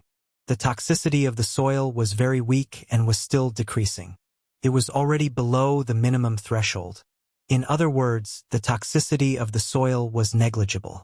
Han Yunqi exclaimed, "Long Fei Yi, this is bad." Metal, wood, water, fire, and earth, the 5 elements' poisons were unique. If they were destroyed, they would all be gone. If none of them were destroyed, it meant that the perplexing butterfly illusion would never be broken. But he'd hardly spoken when Gu Qishao abruptly kicked off the ground to soar into the air and head for the cliff above. What's wrong with this guy? Long Fei Yi didn't land on the cliff, but instead used the side of the cliff as leverage to catch up with Han Yunqi. The cliff was very high, and the wind in the abyss was very strong. It was easy to fall down, but not so easy to climb back up. Although Long Fei Yi was carrying Han Yunqi and was a step late, he still returned to the cliff before Gu, and it was quite difficult for Gu to fly up. Han Yunqi noticed the great disparity between the two men's martial arts. She discovered that ever since Long Fei Ye's internal injury, his martial arts seemed to have improved a lot. Gu, you? Han Yunqi was about to ask, but Gu immediately spat out the small glass bottle hidden in his mouth, which contained the earth of 10,000 poisons. Han Yunqi, quick, take out the perplexing butterfly illusion. He was extremely anxious. He had never been so anxious in his entire life. Han Yunqi didn't need the detoxification system to check. At such a close distance, she could tell at a glance that the earth of 10,000 poisons was more toxic than the ones below the cliff. She couldn't be bothered to ask any more questions. She immediately took out the perplexing butterfly illusion and placed a few drops into the glass bottle. For a moment, the three of them were silent. They stared nervously at the glass bottle, waiting for the results. However, after waiting for a long time, the soil in the bottle didn't react at all. Gu's hands were trembling. Long Fei Yi and Han Yunqi didn't say anything. He muttered, "Let's wait. Let's wait and see." Helpless, after a while, the earth of 10,000 poisons still didn't react. Gu had endured the heat waves for several days. His face was red, but now it was completely white. He looked at Han Yunqi's furrowed brows. He wanted to explain, but he couldn't. He just looked at her. Han Yunqi wouldn't blame Gu for his thoughts. She nervously and seriously examined the changes in the earth of 10,000 poisons toxicity. The detoxification system could detect changes in toxicity. This meant that the soil wasn't completely unresponsive. It was just that it couldn't be seen with the naked eye. After pondering for a moment, she took out the perplexing butterfly illusion and added twice the dosage.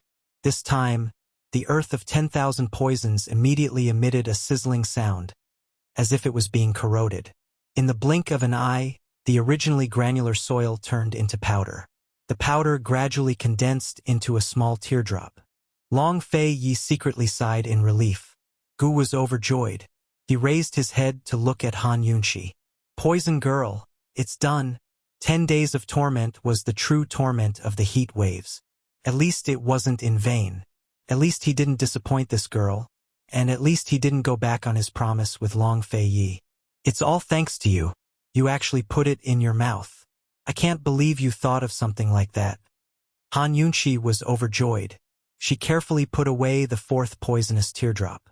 Then she asked curiously, "Did you want to jump off the cliff just now? If you guys hadn't come, I really would have jumped.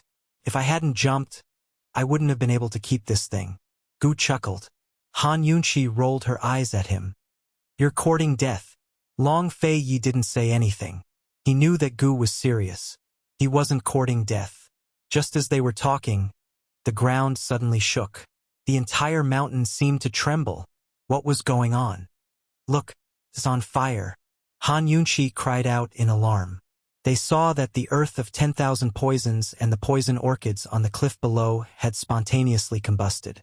The entire cliff had turned into a raging inferno. The earth of 10,000 poisons toxicity was probably all gone. This thing was very common, so it was very difficult to explain why it spontaneously combusted.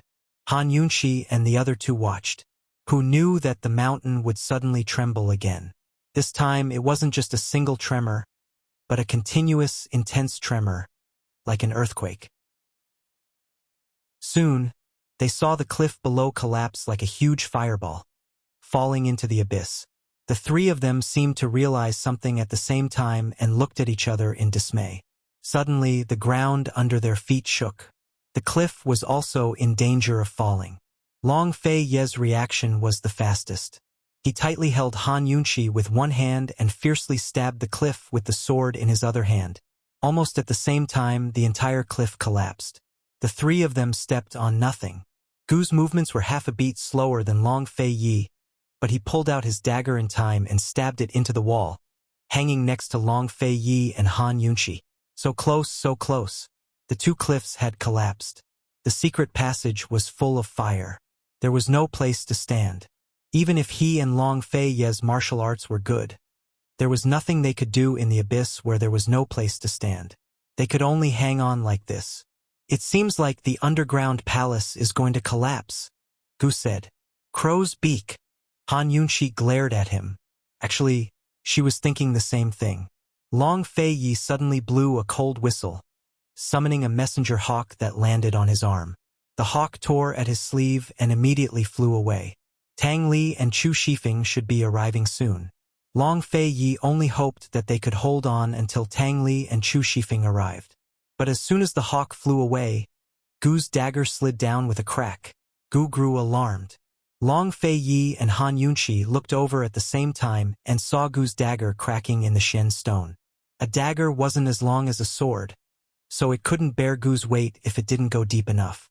Gu, hold on tight. Han Yunqi reached out without hesitation. Gu was still hesitating when the dagger slid down again. Just as it was about to slip out, Han Yunqi grabbed his wrist and wouldn't let go. Very soon, Gu's dagger slid out of the cliff, but he quickly stabbed it to the side. Unexpectedly, the stone began to crack as soon as it touched the ground. He couldn't hold on. The entire mountain trembled as pebbles of all sizes slid down. Even the places where Long Fei's sword had stabbed into the ground were filled with pebbles. Fortunately, his sword was long enough, or else the consequences would have been unimaginable. Gu couldn't find a place to support himself, nor could he fly with his martial arts skills. If not for Han Yunqi holding on to him, he would have fallen long ago. Han Yunqi always felt that she was very strong, stronger than many men. But this time, she realized that her strength was pitifully weak. She couldn't support Gu's weight with just one arm. She didn't want to let go, but her hands slid down uncontrollably. Gu, quickly hold on to me. Quickly, she urged anxiously. But Gu was still looking for a place to support himself. Gu, did you hear me? Hold on to me, quickly. I can't hold on any longer. Han Yunqi was both angry and anxious. Was this fellow's brain damaged? The surface layer of the cliff kept peeling off and his short dagger couldn't penetrate too deep. He was very strong and it was much easier for him to hold on to her hand than she held on to him. Gu Qishao, hurry up. Did you hear me? You're courting death. Han Yunqi was so anxious that she went crazy. She stretched out her other hand to hold on to him, holding on with all her might. Long Fei Yi saw all of this. It must be known that every bit of strength that Han Yunqi gave to Gu was supported by him. That was equivalent to him supporting both Han Yunqi and Gu's weight. He held on to his sword tightly with one hand and held on to Han Yunqi's waist with the other. Actually, he was also holding on with all his might. But he didn't say a word and just looked at the woman in his arms who was risking her life to save someone else. Finally, Gu gave up. He threw away the dagger and raised his head to look at Han Yunqi. Han Yunqi was overjoyed. Hold on to my hand. Quickly. I can't hold on any longer. But Gu Qishao only said, let go. He was very, very serious and didn't seem like he was joking at all. Poison girl. Why are you getting more and more stupid? If you don't let go, all three of us will die. Long Fei Yi's longsword could at most support the weight of two people. If he were to join in, the longsword would probably break before it even slid off the cliff. Han Yunqi obviously knew this. She roared, you're the stupid one. If you die, who will help us break through the perplexing butterfly illusion? Hold on tight. Don't pretend to be great here. I won't let you die. Long Fei Yi lowered his dim eyes and still didn't say a word. Gu smiled helplessly and advised, poison girl. Don't say such angry words. Let go. How could Han Yunqi let go? She held on even tighter and asked angrily, Gu, what kind of people do you think Long Fei Yi and I are? Since they had chosen to travel together, they wouldn't leave each other. Let me tell you, even if you die right now, I won't let go and let you die without a corpse. As soon as she said this, Long Fei Yi finally looked up. He understood Han Yunqi's intentions. Gu was stunned. Wouldn't leave each other. He had no mother since he was young. He was abandoned by his biological father when he was not even 10 years old. He was expelled from the medical school before he even reached adulthood. He had lived for more than 20 years, and this was the first time someone had said so firmly that they wouldn't leave each other. Han Yunqi, to be able to hear these words from you. This life is worth it. Gu smiled like a child, bright and clean. He said, poison girl, just let go. Actually, I Chapter 553. Before Gu could finish, Long Fei Yi cut him off cold. Gu, you still haven't come with your lordship to take care of those old fellows from Medical City. Why are you in such a rush to die?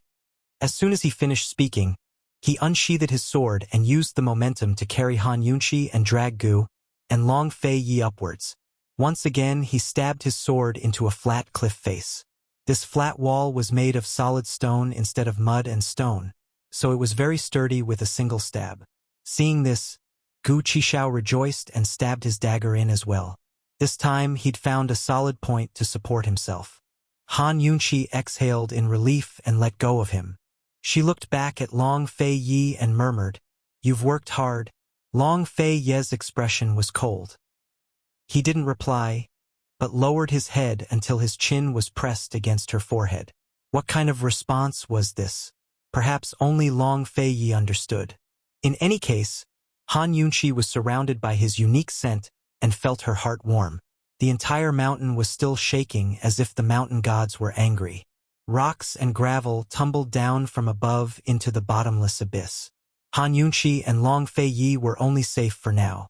As the collapse intensified, it was very likely that the rock that held their lives together would fall to the ground as well. Their only way out was through the raging flames, so they could only wait for help. But no one knew whether Chu Shifeng and Tang Li would arrive first, or if the rock would fall first. Gu stared thoughtfully at the flames at the end of the tunnel. Han Yunqi leaned against Long Fei Yi's chest. She should have been nervous and afraid, but her heart was strangely calm. She remembered a saying, "When you're with the person you like, you don't fear life or death." Perhaps this was the feeling. As for Long Fei Yi, he was staring off into the distance, his eyes unfocused. It was unclear what he was thinking. In short, these three people were walking on the edge of life and death, yet no one was afraid. Suddenly, Gu Qishao shouted, "Quick! Look, the fire is out." Long Fei Yi and Han Yunqi didn't think much of it. They were both in a daze, too lazy to pay it any attention. No matter how fast Chu Shifeng and Tang Li were, there was no way they'd be able to get here and put out the fire in such a short time. Gu must be joking out of boredom. "Look, the fire is out. It's out."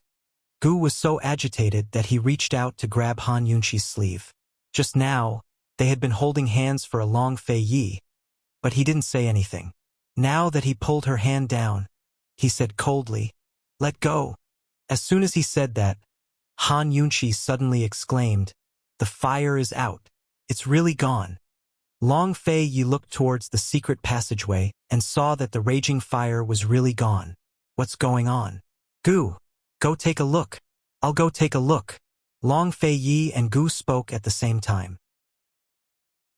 Long Fei Yi stuck out a leg, and Gu jumped up without hesitation to stomp on his foot and fly towards the secret passageway. As soon as he reached the entrance, he saw that the fire had really been extinguished. He shouted at Long Fei Yi, who carried Han Yunqi, and flew over. All three of them landed on the ground, but their hearts didn't calm down. The fire had been extinguished too suddenly. Could it be a trap? But whether or not it was, this was their only path. Standing here was even more painful than hanging in the abyss. The underground palace swayed more and more violently, as if it would collapse at any moment. There was no discussion or conflict. Long Fei Yi protected Han Yunqi at the back while Gu scouted the way in front. They dodged the falling stones as they quickly passed through. They could see that the secret passageway was covered with gravel and soil. Someone must have used soil and rocks to extinguish the fire. This method of extinguishing the fire was very clever. Not only did it use local materials, but it also didn't use water to extinguish the fire. So once the fire was extinguished, Han Yunqi and the rest could immediately escape without waiting for the smoke to disperse. Han Yunqi felt that the person who extinguished the fire didn't seem to be setting a trap, but more like helping them with good intentions. If it was a trap, there was no need to go through so much trouble. They could have just trapped them in the abyss and be done with it.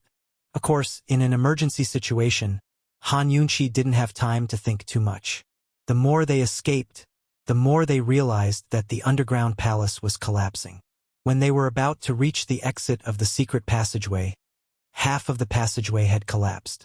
Fortunately, it didn't collapse completely, so they could still get out. However, when they came out of the second secret passageway, they saw that the big stone outside the secret room was sealed. The ground was shaking, and they couldn't even stand steadily in the secret room. Gravel and soil kept falling, and it seemed like the place was going to be flooded. This path seemed to be more of a dead end than the abyss. "Watch her," Long Fei Yi said sternly. Gu hadn't recovered from his shock yet. Seeing Han Yunqi's awkward expression, he finally understood what was going on. Gu deliberately stood behind Han Yunqi and replied very happily, "Don't worry." Long Fei Yi let go of Han Yunqi and found the exit. He circulated his energy with both hands and quickly struck out, smashing the big stone blocking the way into pieces. Seeing this, Han Yunqi and Gu both sucked in a breath of cold air and exchanged glances, as if telling each other not to provoke this fellow in the future. Behind the big stone, there were some small stones piled up together. Long Fei Yi raised his sword and chopped down fiercely. The sword ray and sword blade came down at the same time, opening up a long crack in the pile of stones. Sword chi seemed to have gathered in this crack and didn't dissipate. White light flashed, and in just a moment, the sword chi exploded and the light burst out, shaking off all the stones. Gu was stunned. How deep did one's inner strength have to be to turn into sword chi and gather in such a way? Compared to the time when they dueled, Long Fei Ye's inner strength had improved by quite a bit. He had always thought that Long Fei Ye's rattan technique was the most powerful, but from the looks of it, his swordsmanship was also very terrifying. Was this fellow's swordsmanship or rattan technique the best? Gu was still in a daze. Long Fei Yi pulled Han Yunqi away and dodged the flying stones. He glared fiercely at Gu. That gaze could kill. He had told him to look after Han Yunqi. How could this fellow be in a daze at a time like this? Gu was embarrassed. He obediently endured Long Fei Ye's rolling eyes and didn't dare to utter a word. He decisively ran to the front and continued to speak. After jumping out of the exit and confirming that there were no traps, he let Long Fei Yi and the rest follow. Walking along the corridor, they would be able to reach the exit of the underground palace. It had to be said that the situation of the collapse here was worse than the inside. Along the way, Gu and Long Fei Yi had cleared away quite a few stones that were blocking the way. The strange thing was that they didn't encounter any traps or ambushes along the way. This made them even more cautious of the road ahead. Would the danger be at the last step of the exit? After all, they were going all the way up. It would be too easy to ambush them. At this time, Long Fei Yi shook away a huge stone. Amidst the dust, two figures could be seen in front of them. "Careful!" Long Fei Yi cried out in alarm. His first reaction was to shield Han Yunqi behind him. At almost the same time, Gu pulled Long Fei Yi to the side and blocked the incoming crossbow arrow. That's right. The two in front were Chu Tianin and a middle-aged woman in black. After Long Fei Yi killed all the crossbowmen, he went to find Han Yunqi. Chu Tianin followed behind with the mantis and set fire to cut off Long Fei Ye's escape route. Chu Tianin was always on guard against Long Fei Yi. He had originally planned to let the fire burn for half a month, trapping Gu and Long Fei Yi to death before leaving. But he never imagined that the underground palace would collapse.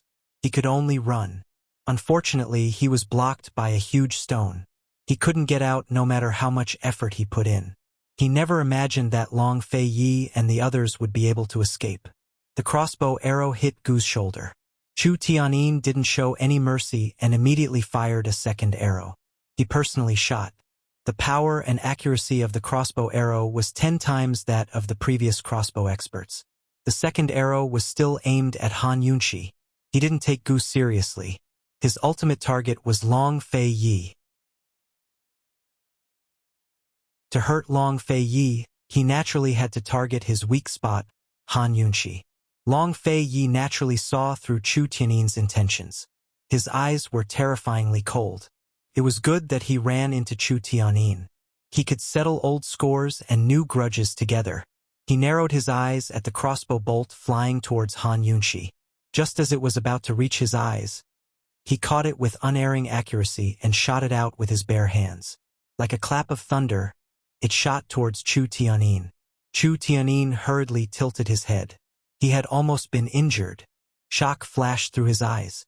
Only now did he see Long Fei Ye's true strength. He threw away the ebony crossbow arrow and took the long arrow from the black-clothed woman. He actually made the action of drawing the bow with his bare hands. His action of drawing the bow seemed slow, but it was full of power. There was no bow, no string. There was only a long arrow in his hand. It gave people a very real feeling of an arrow on a string, a bow ready to shoot. Han Yunqi and Gu were stunned. It was inconceivable. Without a bow, could a long arrow really be shot? It had to be known that Chu Tianyin was holding the tail of the arrow. No matter how much strength he had, he couldn't shoot it far. What kind of move was this? Was it a bluff to fool people? However, Long Fei Yi lowered his voice and said very seriously, "Gu, watch her." This time, Gu didn't dare to be careless. He was standing behind Long Fei Yi, and he also pulled Han Yunqi behind him to protect her. Han Yunqi cold looked at the black-clothed woman next to Chu Tianyin. She said in a low voice, "Long Fei Yi, the tip of the arrow is poisonous. Once touched, it will be fatal. You must be careful." If she guessed correctly, this black-clothed woman must be the witch ant that the black-clothed old woman spoke of. Long Fei Yi nodded and pulled out a long whip from his waist. Driving arrow technique. He had investigated the Chu family for a long time, but he still couldn't confirm it. He didn't expect Chu Tianyin to reveal his true colors here. Drawing the bow with one's bare hands was the secret art of the Serene clan, one of the 7 noble families. It was clearly recorded in the annals of the 7 noble families. Although he didn't have a bow, the explosive power of the arrow couldn't be underestimated.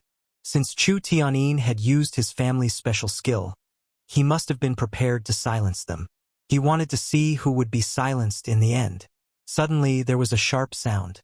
The poisonous arrow was like a hot knife through butter, pressing forward with irresistible force. After releasing the arrow, Chu Tianyin didn't stop. He actually shot several arrows in succession. Whoosh, whoosh, whoosh. Each arrow was fiercer than the last, and they all came from different directions. Could be said that they were attacking from all directions. Chapter 554. Chu Tianyin was very cunning, attacking from all directions as soon as he made his move. In this narrow space, Long Fei Ye's proficient swordsmanship and whip techniques were all restricted, unable to display their normal level, while Chu Tianyin's bare-handed driving arrow technique had a huge advantage. Several arrows were fired, and Long Fei Yi swept his whip across, sweeping all the arrows down. In this kind of disadvantageous situation, Long Fei Yi had to seize the opportunity to restrict Chu Tianyin's arrows. Chu Tianyin didn't give Long Fei Yi a chance to catch his breath, quickly launching a second round of attacks. Shoo, arrows flew over. Long Fei Yi's whip was restricted, and he could only dodge blindly. If it was in the past, he would definitely not hesitate to use his body as a shield. Even if he was hit by a few arrows, he would still get close to Chu Tianyin and directly take his life. However, Han Yunqi had just said that Chu Tianyin's arrows were highly toxic, fatal upon contact. A poison that could make Han Yunqi give such a warning was definitely not simple. Even if Han Yunqi could detoxify the poison in time, it would still take time. Being suppressed like this, Long Fei Yi was very sullen. Long Fei Yi dodged the arrows while thinking of a countermeasure. However, it was very regrettable that their luck was really bad this time. If he continued to block like this, Chu Tianyin would definitely be able to see through his whip pattern and easily find a loophole. Long Fei Yi was too used to fighting alone, ignoring Gu's existence. Even if this guy was injured, he was still a general. Gu, who had been shot in the shoulder, was protecting Han Yunqi while squinting his long and narrow eyes to look around that black-clothed woman. He was holding a seed in his hand, looking for suitable soil. Han Yunqi wasn't idle either. She was staring at Chu Tianyin, and the pear-blossom teardrop rain in her sleeve was always in an active state. Although she couldn't kill Chu Tianyin, a few poisonous needles could still interfere with him. Before Gu could find a suitable soil, Han Yunqi made her move. She suddenly shot out several poisonous needles, all aimed at Chu Tiannin's legs. Unexpectedly, Chu Tiannin dodged all of them. As he dodged, the arrows in his hands didn't stop. Instead, he sent quite a few of them towards Han Yunqi. Not only was this guy good at archery, but his martial arts were also top-notch, far beyond their imagination. Faced with this situation, Long Fei wanted to go all out and fight, but the tunnel was too small. Neither the long whip nor the long sword could be used to their fullest potential. "Does your Highness Duke of Qin and Qin Wangfei wish to fight 2 against 1? Chu Tiannin mocked. Previously, when they met by chance in the underground palace, he was still very polite. But this time he would not be so polite. "Wrong. 3 against 1.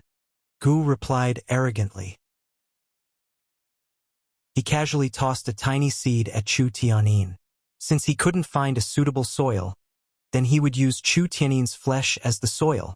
But Chu Tiannin dodged again. But the arrows in his hands didn't stop. Swish, swish, swish. Long Fei struck all of the arrows to the ground with his whip. I didn't expect the Chu clan's first young master to be so secretive. I didn't expect Elder Kenzo's proudest disciple to be so skilled in the whip. Although Chu Tiannin retorted, he was still impressed. Long Fei was the first person in history to be able to block his driving arrow technique for so long. The situation between the two didn't change just because Han Yunqi and Gu joined the fight. In a sense, Chu Tiannin really did have the ability to fight 1 against 3 in this tunnel. Otherwise, he wouldn't have revealed the Chu clan's secret art, the driving arrow technique. Han Yunqi and Gu didn't give up. They turned to attack the black-robed woman. One shot out a hidden needle, the other a seed. But to their surprise, the black-robed woman easily dodged their attacks as well. Han Yunqi grew alarmed. "Gu, are you a piece of trash like me? Or is she just too strong?" Even if her weapons couldn't hit him, Gu Qishao had to at least hit him. Gu narrowed his eyes dangerously. This woman is even stronger than Chu Tiannin. As soon as he finished speaking, he quickly pulled Han Yunqi aside. A sharp arrow pierced through Long Fei's defenses and flew past Han Yunqi's face. So close. Long Fei was alarmed as well. He finally realized that the true expert was this black-robed woman. I wanted to take a closer look at the man Chinga has set her eyes on, but now it looks like the black-robed woman's lips curved into a cold smile. She didn't finish her sentence, but drew her bow with her bare hands and waited for an arrow to shoot. Her cold demeanor was so similar to Chu Chinga's. Who was this woman to the Chu clan? Long Fei had no time to guess, so he retreated to Han Yunqi's side. "Withdraw." Chu Tiannin and the black-robed woman both laughed. Since they'd revealed the driving arrow technique, they had to see them die with their own eyes. Without hesitation, the two of them fired arrows at the same time. Long Fei had no time to retreat, so he could only block again. This time, he was facing double the power of the previous attack. The first time, he blocked it. The second time, 2 arrows flew past him and headed for Han Yunqi. Fortunately, Gu blocked them.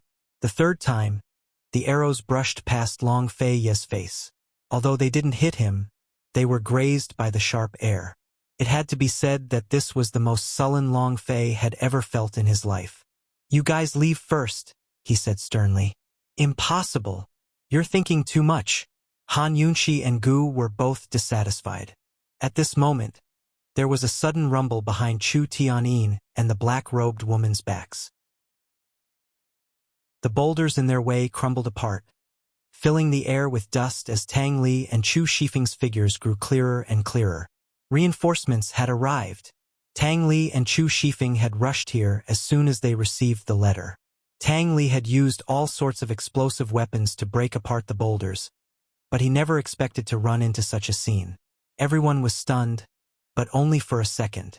Long Fei was the first to strike with his whip, giving Chu Tiannin and the black-robed woman no time to react. Their first reaction was to dodge, while Tang Li and Chu Shifeng joined in as well. But something unexpected happened once again. The tunnel that had been swaying up and down suddenly began to sway left and right. In a flash, a fissure as deep as an abyss opened up beneath their feet. No one expected this to happen, so everyone began to fall. Long Fei subconsciously looked back at Han Yunqi, but there was nothing but darkness before his eyes. Han Yunqi, he shouted. But there was no reply. The abyss of the fissure was pitch black as the entire world swayed. Everyone was falling down, and it was a long time before everything returned to normal. Han Yunqi didn't know how much time had passed before she opened her eyes from her dizziness. She discovered that she was in a dense, dusky forest. Every tree and blade of grass here could be used to create poisons. She heard Long Fei Ye's shouts as she fell, but the sudden weightlessness made her feel like blood was rushing to her head. She wanted to call back to Long Fei Yi, but she couldn't.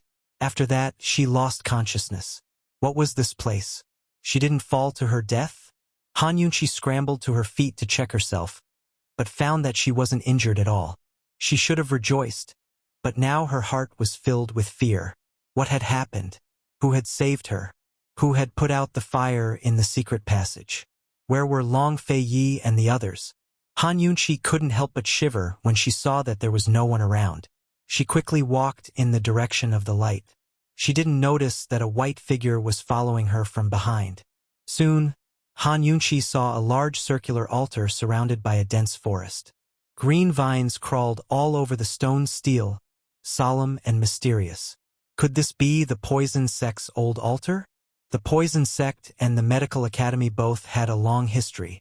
During the Great Qin Empire's era, their power had been average. Following the fall of the Great Qin Empire, many factions in the world slowly rose to prominence. Only then did the Poison Sect and the Medical Academy flourish. Just as Han Yunqi was feeling puzzled, an extremely familiar sound came from behind her.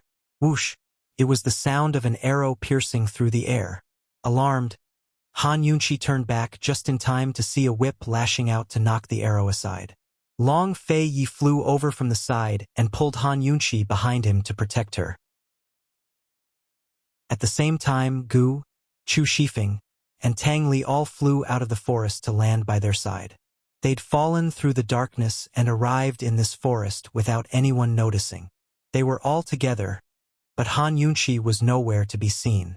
If they hadn't happened to be nearby and heard the arrow, heaven knows what would have happened. Long Fei Ye's expression was unsightly, but he remained calm. "Who saved you?" he asked in a low voice. They'd all used lightness techniques to land on the ground, but Han Yunqi didn't know any martial arts. If she hadn't fallen to her death, then someone must have saved her. "I don't know either. I was unconscious," Han Yunqi replied honestly.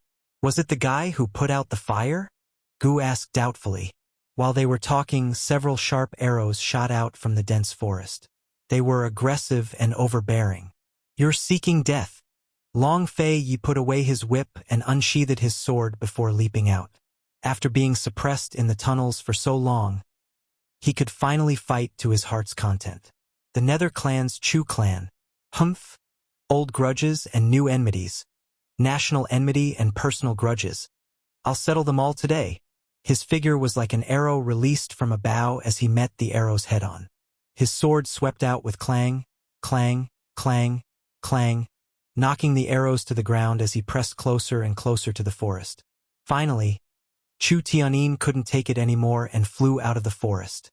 Long Fei Yi immediately went after him.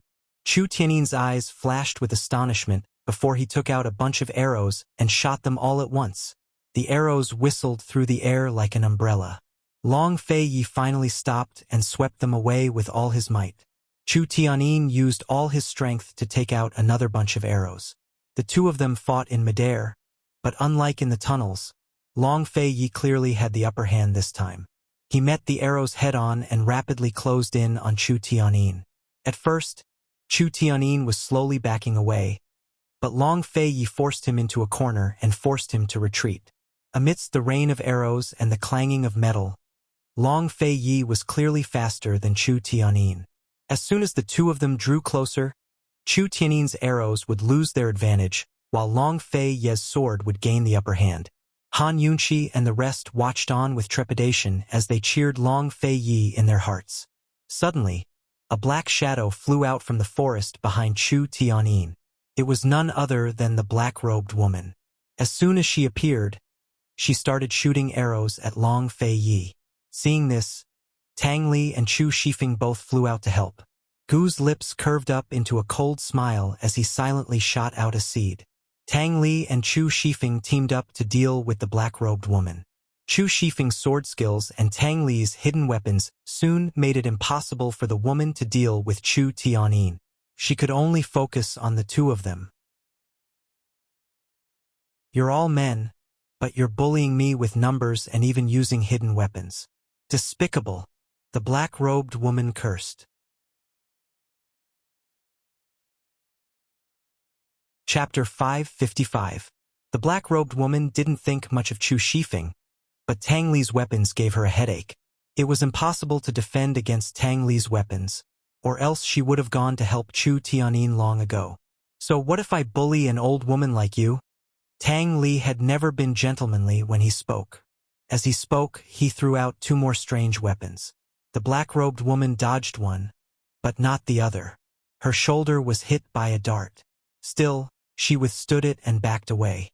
Then, like Chu Tianyin, she grabbed a handful of arrows and shot them at the same time. Her arrows were twice as powerful as Chu Tianyin's. Neither Chu Shifeng nor Tang Li could block them, so the two of them had no choice but to dodge. By now, Long Fei Yi had completely suppressed Chu Tianyin. He was about to hack down with his sword when the black-robed woman shot an arrow from the side. Long Fei Yi dodged to the side, but his sword didn't stop moving. Instead, it swerved slightly and only managed to cut off a few strands of Chu Tianyin's hair. Long Fei Yi followed up with another stab, forcing Chu Tianyin to dodge. The black-clothed woman was about to shoot another arrow when a thorny vine suddenly shot out from the dense forest. It immediately bound the black-clothed woman's hands and wrapped around the arrow she was about to shoot. "What's that? Thorny vines?" Chu Shifeng and Tang Li were both alarmed. Han Yunqi was surprised as well. While Gu's lips curved up into a wicked grin, he didn't speak. He'd finally found the right soil. He couldn't hide his true skills at a time like this, could he? Witch ant. Chu Tianyin was alarmed. This black-robed woman really was the witch ant that the old woman spoke of. Witch ant was very calm. She said angrily, "Hold your arrows tight. Little tricks like these won't stump your witch ant." As soon as she finished speaking, the vines binding her hands withered away. So did the ones that bound her arrows. The vines fell to the ground as witch ant held a large bunch of arrows in her hands. She drew her bow to the fullest and prepared to shoot at Long Fei Yi. "How dare you poison my vines?" Gu was infuriated. He threw out another seed, and another vines darted out from the jungle and tied witch ant up before she could shoot her arrow. Unfortunately, the witch ant's poison technique was quite powerful, and the speed of her poison was almost the same as the speed of the vines. Moreover, her poison was invisible. The thorny vines withered the moment they touched her. Gu didn't believe it, so he tossed out a few more seeds, and a few more thorny vines grew. However, all of them were poisoned to death before they could even bind witch ant. Gu's heart ached for his seed. Witch ant had already noticed Gu's trick. She glared at him coldly and said, "Petty tricks. What a joke." Gu was so angry that his teeth itched. Just as he was at a loss of what to do, Han Yunqi said in a low voice, "Old man, continue." "I only have 3 seeds left." Gu had no choice but to answer honestly. The thorny seed was very useful, but it was not easy to grow one. "One is enough. Let me play with it first." Han Yunqi sneered. Gu was puzzled, but Han Yunqi's hand was already in front of him. "Give it to me. What are you waiting for?" This woman didn't need to reach out her hand, and he was willing to give her anything. Gu didn't ask, and happily gave Han Yunqi a seed. Han Yunqi played with it in her hand for a while, then immediately returned it to him. "Shoot it out." Gu obeyed and threw out the seed. Soon, the thorny vines flew out again and pounced on witch ant. Witch ant completely ignored them. She dodged Tang Li's hidden weapons, while drawing her bow and aiming at Long Fei Yi, who was closing in on Chu Tianyin. Unexpectedly, the thorny vines didn't die from the poison. Instead, they suddenly climbed up her back. Witch ant was shocked and subconsciously looked back. As soon as the thorny vines climbed up her back, she was completely bound by them. She had clearly used a lethal poison, one that was several times more potent than the poison she had used before. How could this be? Witch Ant couldn't believe it. She tried again, but the thorny vines didn't die. Instead, they bound her even tighter. Finally, Witch Ant looked at Han Yunqi. Only Han Yunqi had the ability to cure her poison. Even though she was bound, she was still arrogant. She questioned Han Yunqi from above. How did you cure the poison? Han Yunqi was below her, but her aura was not inferior to Witch Ant's. She raised her eyebrows and asked, "What? You still can't see it?"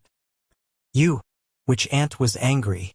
She was considered a senior in the poison world, but she had never been humiliated by a junior like this. Seems like you really can't see it.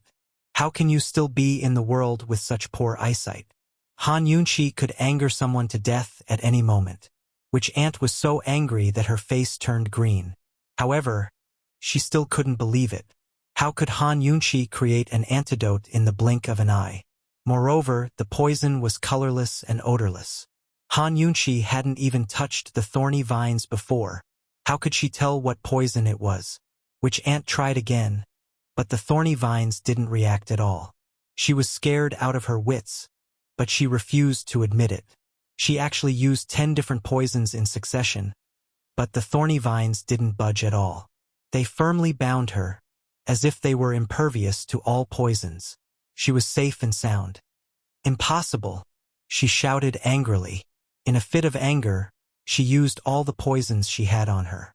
She used countless poisons at once. However, the result made her collapse. She was terrified. The thorny vines didn't react at all. How could outsiders understand a battle between top poison masters?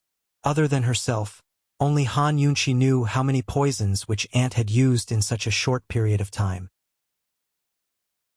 At this moment, Han Yunqi was laughing so hard that her stomach hurt. Gu couldn't understand. He asked several times, "Han Yunqi, how did you do it?" Han Yunqi didn't say anything. She had already checked all the poisons on Witch Ant's body. When she took the thorny vines, she had already used the antidote on them.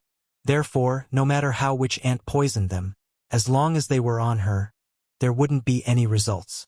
Seeing Witch Ant's angry glare, Han Yunqi reluctantly stopped. "If you still have more poisons, you can continue." Witch Ant was stunned. What did Han Yunqi mean by that?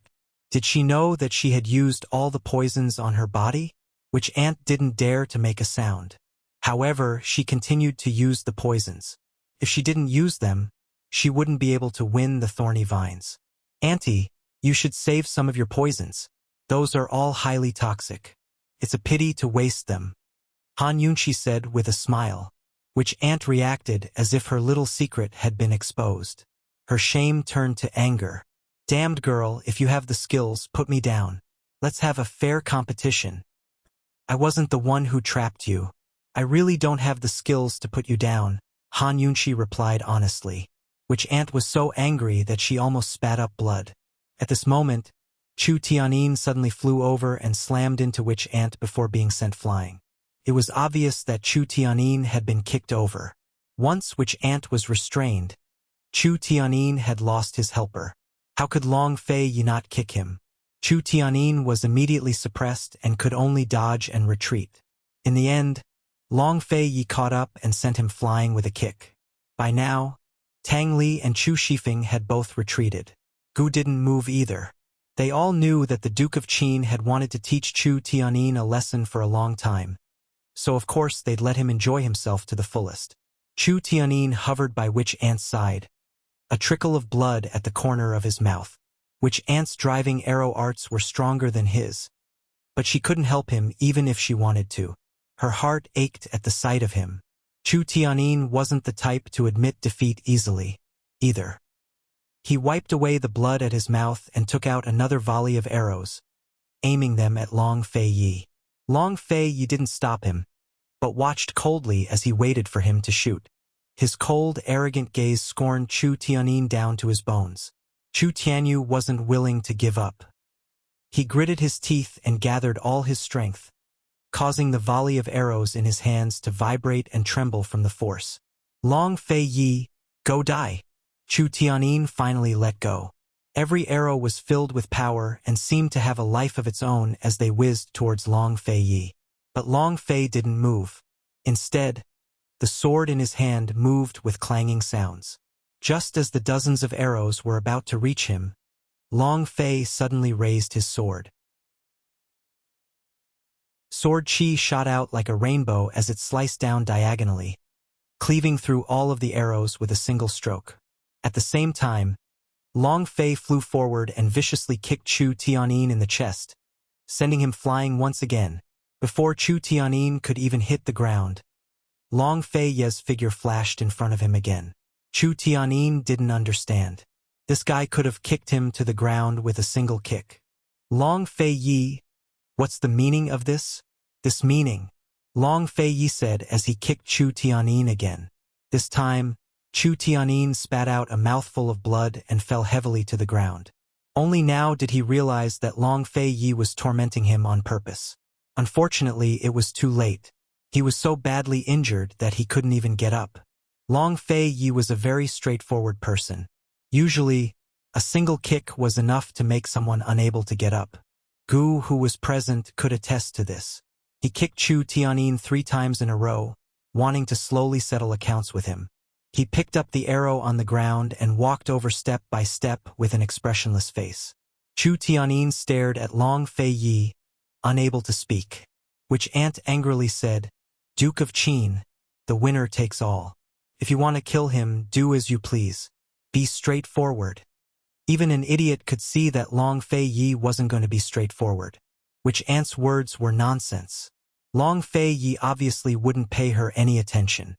Which Ant was stalling for time so she could protect Chu Tianyin. "Long Fei Yi, let us go and the earth of 10,000 poisons is yours." They'd naturally saved some of the earth of 10,000 poisons before setting it on fire. Without it, they wouldn't be able to break through the perplexing butterfly illusion. Long Fei Yi still ignored them. Gu couldn't help but reply, "Auntie, we don't want it. You can keep it for yourself." He'd spent so much effort to protect the earth of 10,000 poisons. He really didn't care about anyone else's.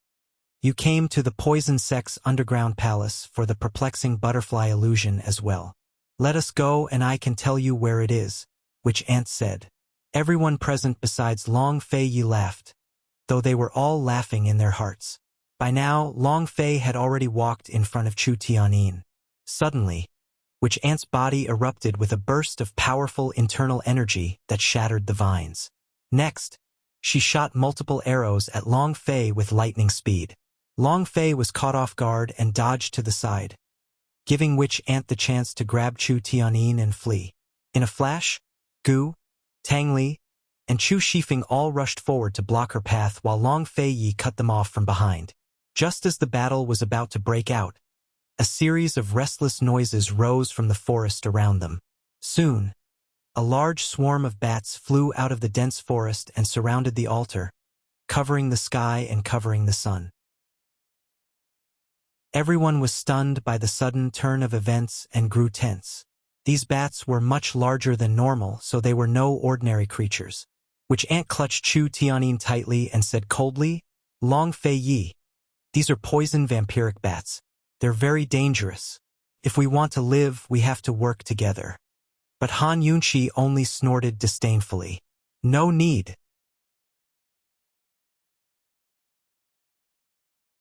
Chapter 556. The mocking smile on Han Yunqi's face was an eyesore to Witch Ant, but she endured it. After all, this was a matter of life and death. She could only treat Han Yunqi as ignorant. More and more vampiric poison bats gathered, filling the sky. Even Witch Ant, who had seen many groups of poisonous creatures before, was scared witless. She did not dare to be careless. "Han Yunqi, these poison bats are clearly poisonous creatures that live in groups. Can't you tell?" Which Ant questioned sternly. How could Han Yunqi not tell? She had experienced the attack of a group of poison bats before, but this time, the vampiric poison bats were even more terrifying. Poisonous creatures that lived in groups had a very big characteristic in terms of attack, and that was that they wouldn't attack easily. They would wait until all of their members had gathered before launching a collective attack. Moreover, this kind of attack wasn't scattered, but was very organized. The division of labor was quite clear, and it wasn't inferior to human troops in battle. "So what if I can tell?" Han Yunshi asked disdainfully, which Ant frowned as she looked at Han Yunshi. She did not understand what she meant. What did she mean by, "so what if I can tell"? Did she see through it or not? Didn't she know that when dealing with poisonous creatures that lived in groups, she had to find a way to escape before they formed their formation? Once they formed their formation, it would be impossible to escape. "Han Yunshi, do you know how powerful these poisonous creatures are?" Which Ant's angry voice was filled with anxiety. Han Yunshi casually glanced at the bats in the sky and replied, "They are still forming their formation." When she said this, Witch Ant sucked in a breath of cold air. So this brat knew everything. Since she knew, why wasn't she worried? Did she want to die? Witch Ant suppressed her rage and said seriously, "Han Yunshi, we have to find their weak points before they get into formation. If we work together, we'll have a chance at survival. Let's put all our grudges aside for now. It won't be too late to settle them after we escape from this damned place. Don't worry, with my abilities, as long as you cooperate a little, it won't be hard to kill our way out." Han Yunshi didn't know if Witch Ant had overestimated herself or underestimated her. Coldly she replied, "This princess will say it one last time. There is no need." As soon as she said this, Long Fei Yi was about to make his move. In the field of poison, he was completely at ease with Han Yunshi. Witch Ant supported Chu Tianyin and retreated, her face filled with disbelief. "Stinky girl, I've long heard of your arrogance and pride, but I never thought that you would be so ignorant of the immensity of heaven and earth. Let me tell you, the vampiric poison bats here are far more powerful than anything you've ever encountered before. They're far beyond your expectations. If you don't want to die, then cooperate with me obediently. Otherwise, you won't even know how you died." Had Han Yunshi encountered any powerful poisonous creatures? Does this little thing count as one? Long Fei Ye's lips quirked up into a mocking smile. Chu Shifeng and Tang Li were both grinning, while Gu patted his chest with an exaggerated expression. "This young gentleman is so scared. Poison lass, you better cooperate with her obediently. I really want to know how we're going to die. You all." Witch Ant was so angry that her face turned red. When she saw that the bats were almost ready to attack, she raged, "You'll all regret this." Han Yunshi looked at her cold eyes without a word. Long Fei Yi suddenly brandished his sword, forcing Witch Ant to retreat. She had no choice but to lay her cards on the table with Han Yunshi. "Han Yunshi, now isn't the time to be angry.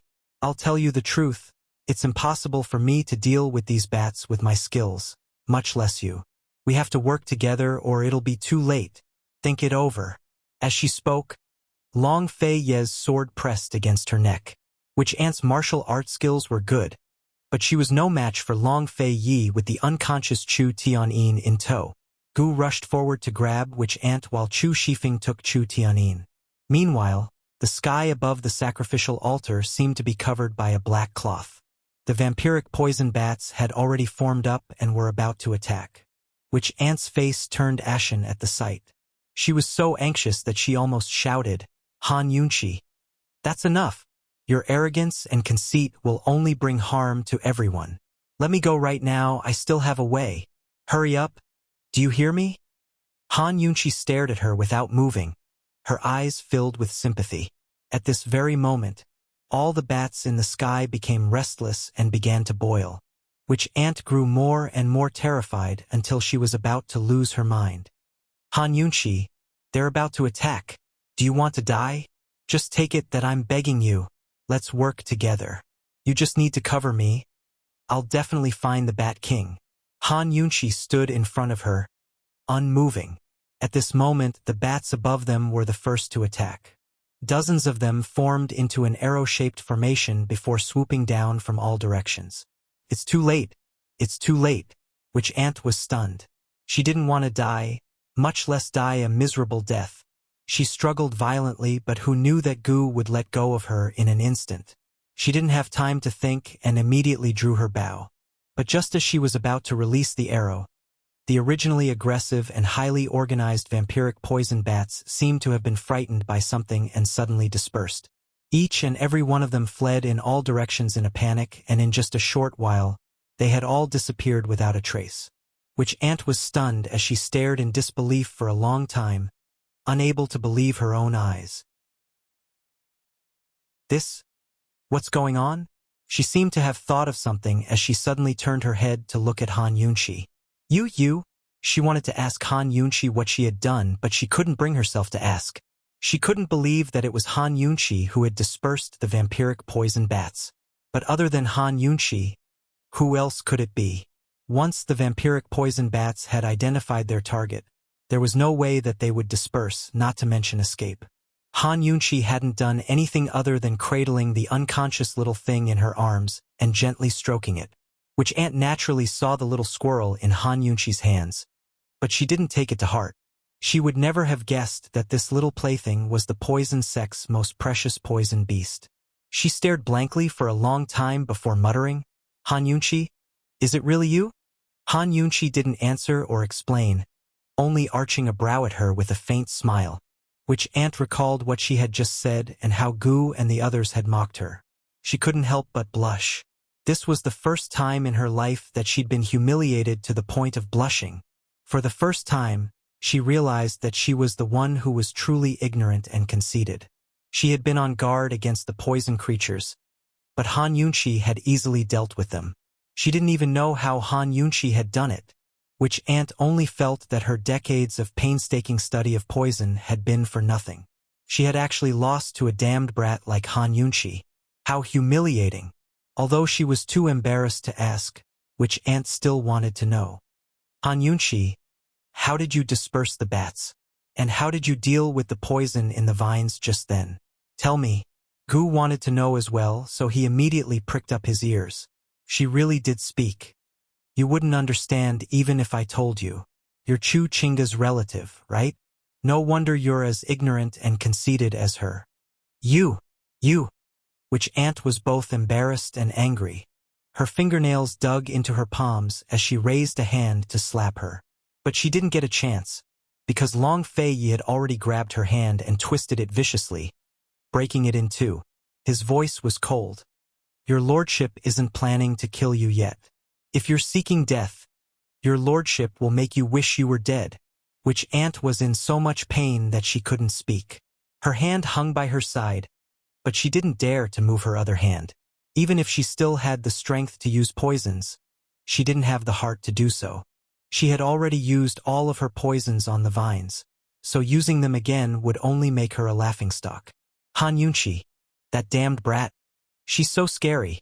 In the end, she hung her head and admitted defeat.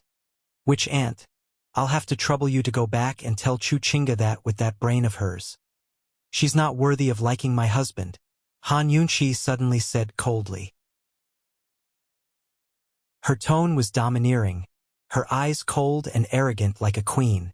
Chu Shifeng and Tang Li were both stunned, while Gu felt both sad and helpless. In the end, he couldn't help but laugh at her antics. She was the only woman in all of Cloud Realm continent who could say such things. He liked it very much. As for Long Fei Yi, he looked expressionless, but the twitching of his lips betrayed his inner feelings. He was used to being domineering, so he suddenly found it hard to get used to this woman's domineering ways. An old woman like Witch Ant was once again stunned by Han Yunqi. She finally understood why her niece had lost so miserably. She herself had lost, hadn't she? After subduing Chu Tianyin and Witch Ant and obtaining the fourth poison teardrop, Han Yunqi's group's trip to the poison sect was quite complete. Although they didn't know how they'd ended up in this forest, they were certain that they'd left the underground palace. This should be one of the forests of the poison grounds, so it should be easy to leave. They had to leave as soon as possible. After all, the collapse of the underground palace had caused quite a commotion. It'd be troublesome if the medical academy sent people over. After capturing Chu Tianyin and Witch Ant, they were about to leave when Han Yunqi gave a start and stopped in her tracks. Just then, she'd felt her very soul tremble. After a momentary daze, She slowly turned around to look at the wordless stele in the center of the poison sex sacrificial altar. The stele was simple and mysterious. Half of it was black, while the other half was covered in moss. One side was lifeless, while the other was full of life. It was like a mixture of light and darkness, life and death. Han Yunqi seemed to be drawn in by a mysterious, invisible force. Her mind was completely blank, and all she could see was the stele. She looked like her soul had left her body. Long Fei Yi held her hand and could clearly feel the coldness of her fingers. He didn't know what was going on, but he still felt a little flustered. Han Yunqi, what are you looking at? He asked anxiously. Han Yunqi recovered her wits. She had no idea what had happened to her either. Nothing, I was just looking. Let's go. Long Fei Yi tightened his grip on her hand and glanced at the stele again. He felt uneasy and didn't want to linger for even a moment longer. After searching for a while, they finally discovered that they were in the abyss between two mountains covered in poison grass. They spent a lot of effort and avoided the patrolling guards from the medical academy. It was only when night fell that they finally returned to Medical City. They naturally wouldn't stay in Medical City for long, so they left after a short rest. Once they were out of the city, Long Fei Yi released Witch Ant. He said, "Go back and tell the Nether Clan head that his son is in this prince's hands." Nether Clan? Han Yunqi was curious.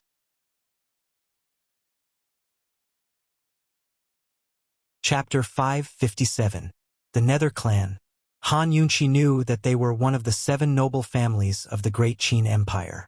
From what she understood, the Nether Clan used to support Western Qin's imperial clan, but suddenly changed sides during the Great War and killed off the last imperial son of Western Qin.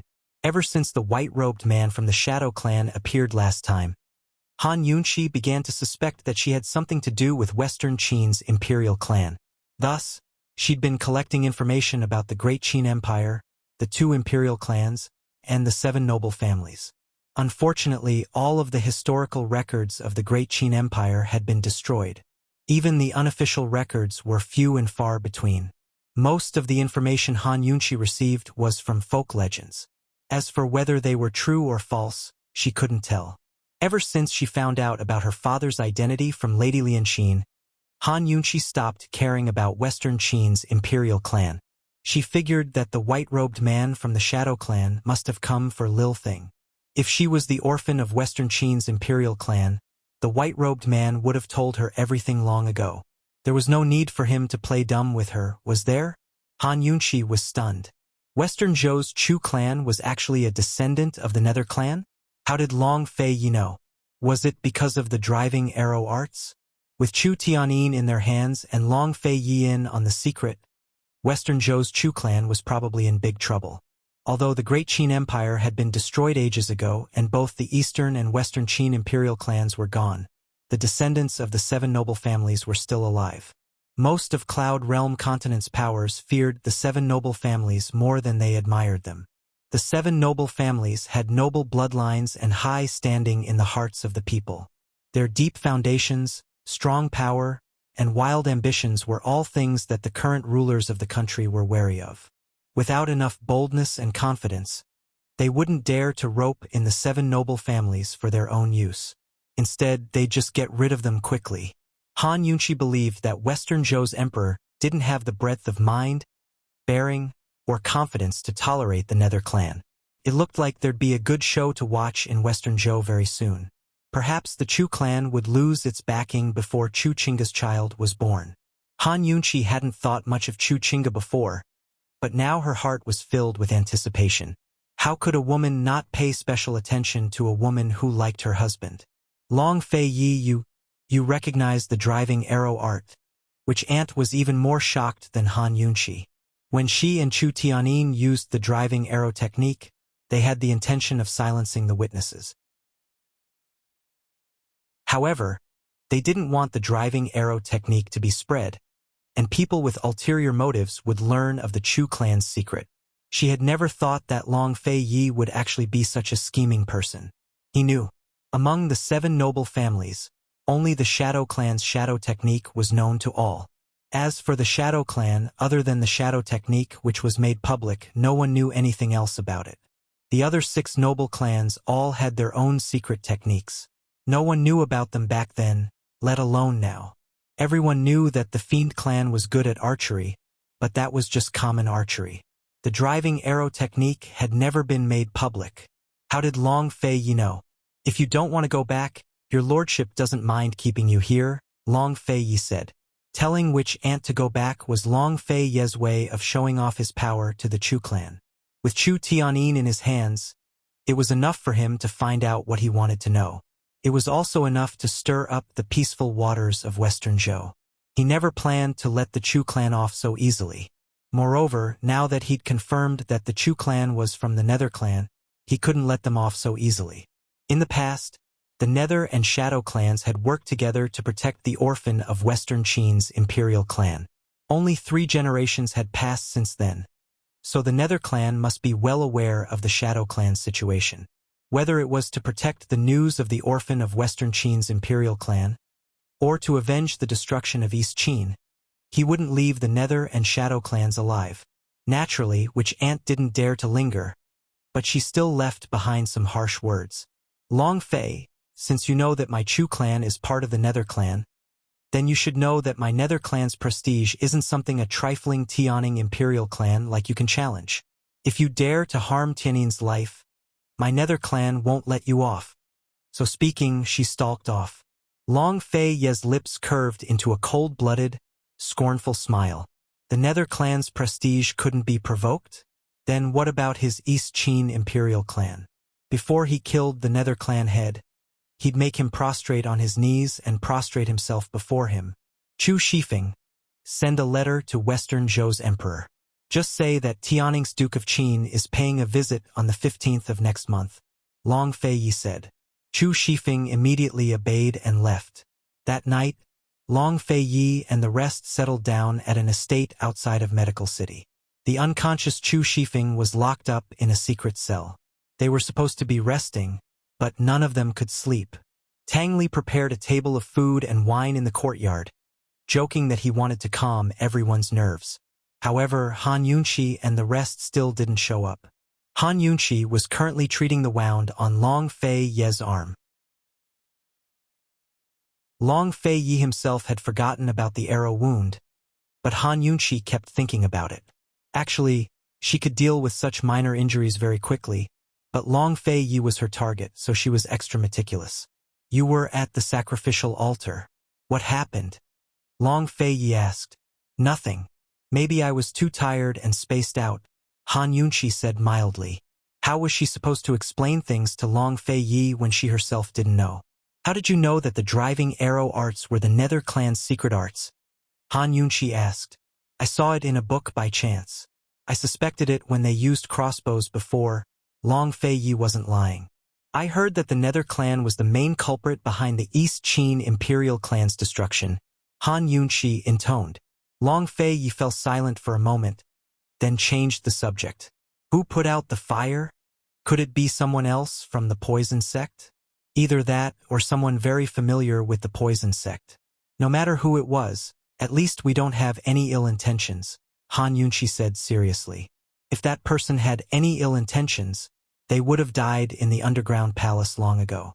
Long Fei Yi agreed with this point and nodded. He wanted to ask about the sacrificial altar again, but Gu suddenly rushed over. What are you two dawdling about for? Come out and drink. Gu was clearly doing this on purpose. So what if he was rushing them? Why was he pounding on the door so hard that they had no choice but to open it? Han Yunqi opened the door and saw that Gu's shoulder was wrapped in gauze. She asked suspiciously, Didn't we call for a doctor to treat your wound? I'm not used to it, Gu said resentfully. Han Yunqi glanced at him. Although the arrow wound wasn't well bandaged, he'd used the right medicine. She wasn't worried anymore. After all, no one in the world was better at using medicine than Gu.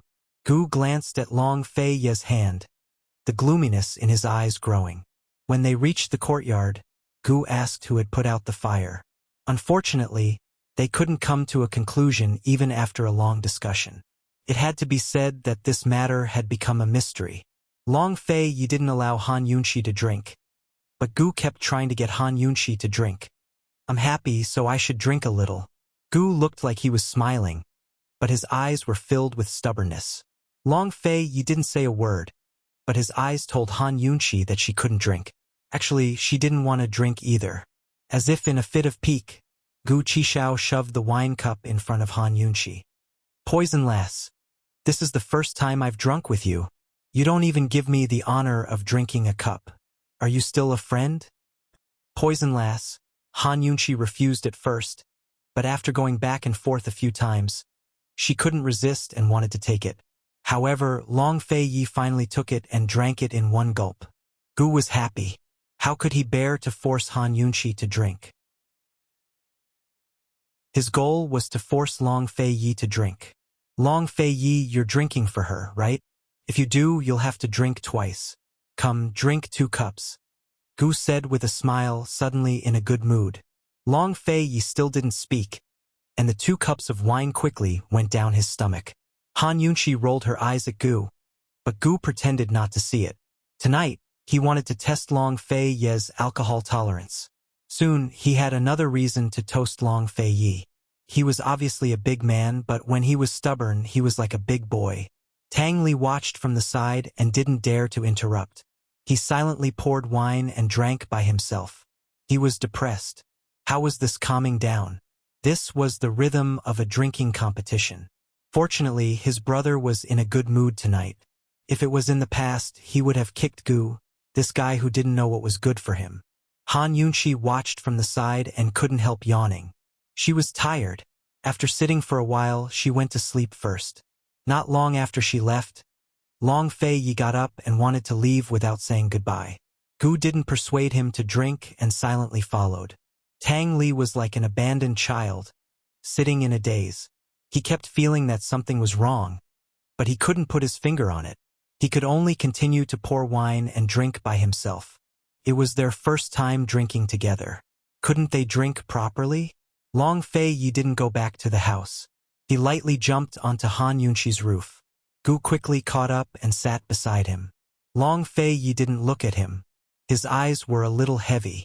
It looked like he didn't plan to sleep. Gu Qixiao yawned a few times before he said, "Thanks." He had made a special trip to say this.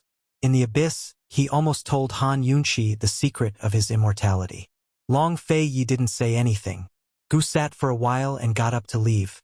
At this time, Long Fei Yi said, "Why did you want to tell her the secret that you've kept for so long?" "I was afraid that she would cry," Gu answered without hesitation. "Would she?" Long Fei Yi asked. "Yes, she definitely would."